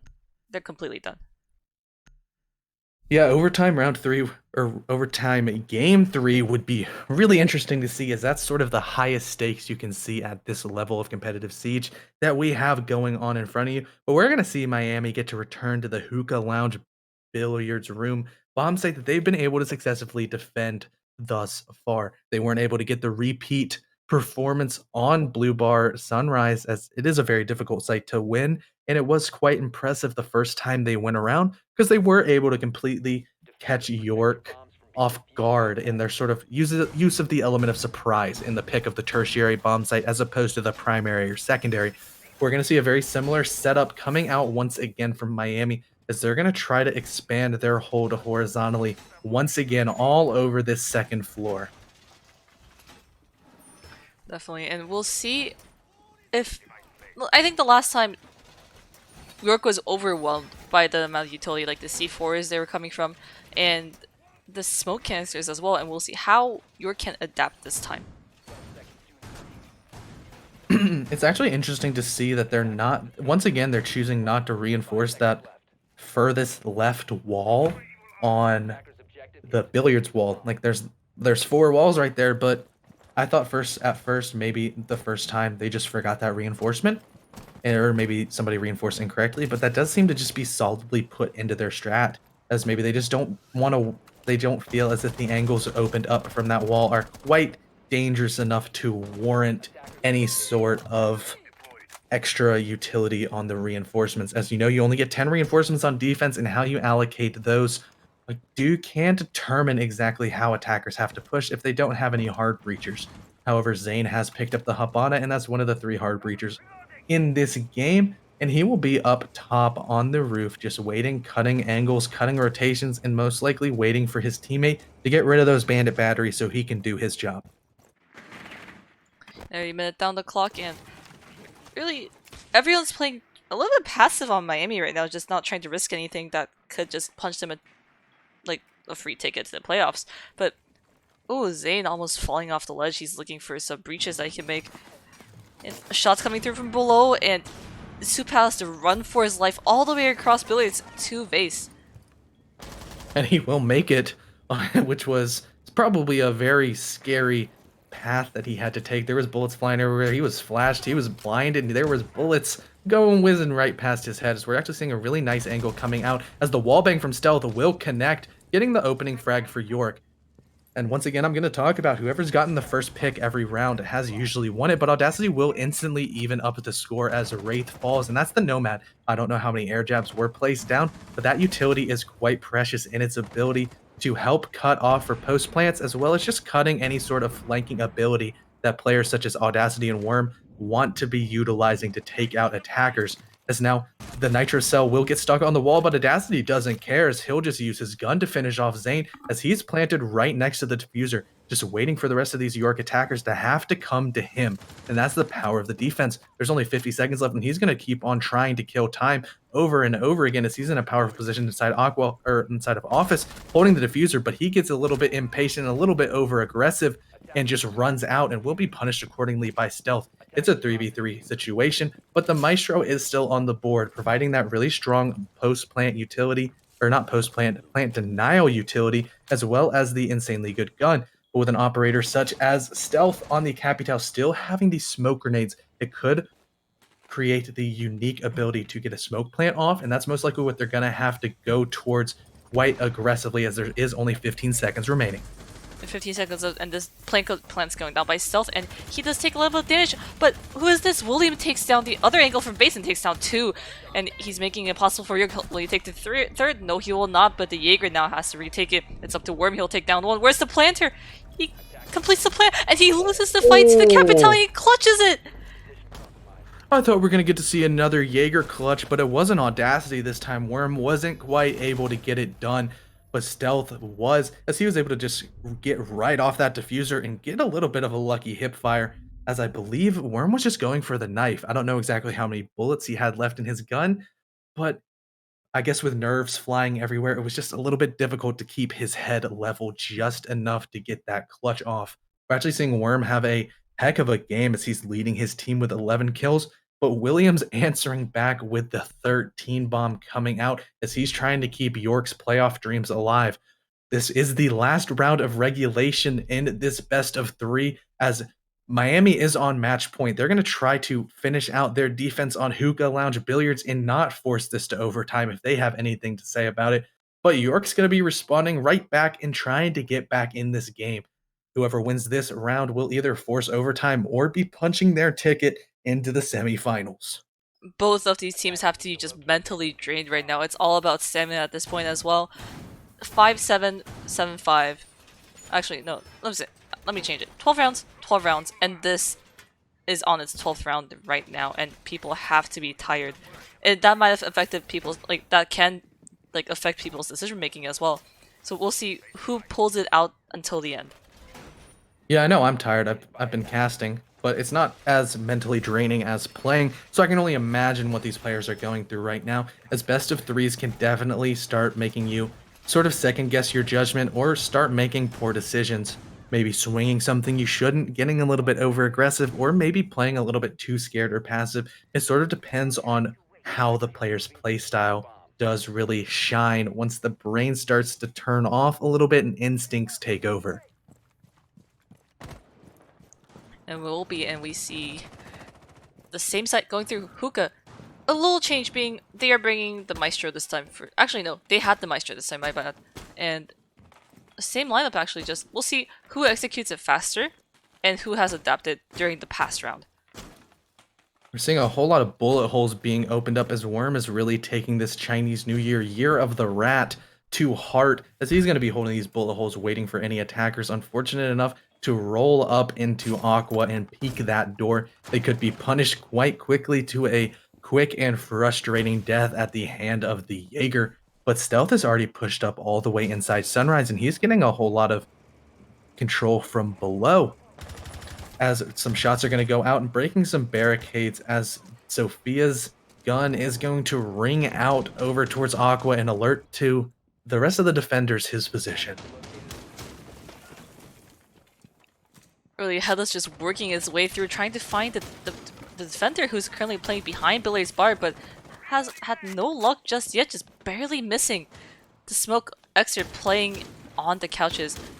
He might find a sliver of his head, but that won't be enough, and he will not find him. And there's Audacity just trying to flank through 90, and this might be disastrous. As now the breaching is going off, and it does seem as if that caught Exert just a little bit off guard, as he's now actually sitting in a very dangerous position right above a hole that the Buck has made. As now the Capital Bolt will get put onto the ceiling and will spread fire onto Exert, as now the smoke will fall, but Soup will get a refrag onto Wraith and take out the Nomad once again, as there's another player playing out on the balcony, but he does think he's a little bit below, as he's now pushed all the way into corner and is a potentially very dangerous position if he does go miss drone. However, the rest of these attackers are going to start focusing their attention over towards an Aqua push, as Williams holding the flank on Luggage, making sure a player such as Audacity can't get a nice flank off. However, they're going to have to go through Worm and his bullet holes if they are going to try to get this Aqua push, as well as players being able to rotate onto these rotate holes, as well as maybe go downstairs and play with the holes down below that the Buck made. Oh, this might be terrible for the Capital stealth here. Soup's just waiting for the call that someone's on the rappel, and he's just waiting to take it off, but Zane takes down Audacity in the meantime. And that is the Capital gone as well while Headless is planting. He has to cancel it since he has no cover, but he takes down the Jaeger who is peeking for Hookah. Soup with a triple kill, and another, the planter's down, and it's up to Headless, no actually William, against Soup and Lulu, and he has to make the decision. He finds one, where's the last one? He's in Hookah, and he has to make it in 5 seconds! But Soup's not gonna peek. He knows it. He just has to play the waiting game. The time's ticking. He just has to find the planter. It's on your left. And there he does goes William. find it. Soup with the quad kill to end the game. A heck of a round for the captain of Miami University as he punches the ticket with this defuse and takes map 3 of this best of 3 series. He will be going into the semifinals towards Open League playoffs, and he does manage to take the MVP on the back of that late round clutch. What a series! Oh my. Oh.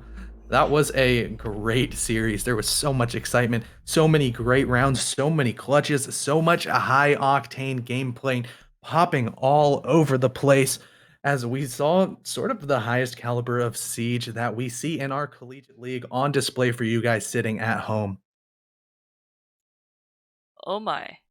Right, and with that, let's check the brackets real quick to see who they will be facing. So, and it looks like they will be facing the winner of California State University Long Beach versus University of Colorado Boulder Black. So that'll be the seed fourth and fifth, fighting to see who will find Miami in the semifinals. And so, with that, I have to bid you guys adieu, as me and Calvix are definitely very tired from our long casting, but not before we do something really important. Here at CEA, we have to definitely take time to thank our sponsors, the biggest one being Corsair, as they have helped us out a lot with beefing up our prize pool with a bunch of really nice high quality gaming gear, as well as helping us do giveaways for all of you guys in our Discord. As well as if you do feel the need to want some really high quality gaming gear, you can go ahead and go over to corsair.com and take a look at any of their multitude of high quality products. As well, if you have been paying attention, there is a CEA merch line that what's new.gg has helped us to establish. If you want some really nice joggers, a nice dad hat, a beautiful wall scroll, or one of those two really nice mouse pads, you can go over onto what's new.gg and find the CEA tab on there, and you will be able to pick up that merch. As well as if you need a little extra kick in your step as we approach final season, as we are all college students here, you can go over to rogueenergy.com, and if you use code CEA at checkout, you can get 10% off of your order of an energy supplement. So with that, I've been CDAPS. And I've been Calverix, and once again, congratulations, Miami, for going to semifinals. And today's stream is not over yet, actually. We have one more stream coming up, which is for Invite semifinals, University of Akron Gold versus Carnegie Mellon, casted by Dopenshire and Blue Card. So don't leave anywhere. We still have a best of three to cast. We'll be But it probably won't be back us. in. We're gonna go take a break. Yeah, we're taking a break. It's gonna be Dopenshire and Blue Card, but it's gonna be in the next 10 minutes, I believe. 10 or Oh, 15 minutes, but stay tuned.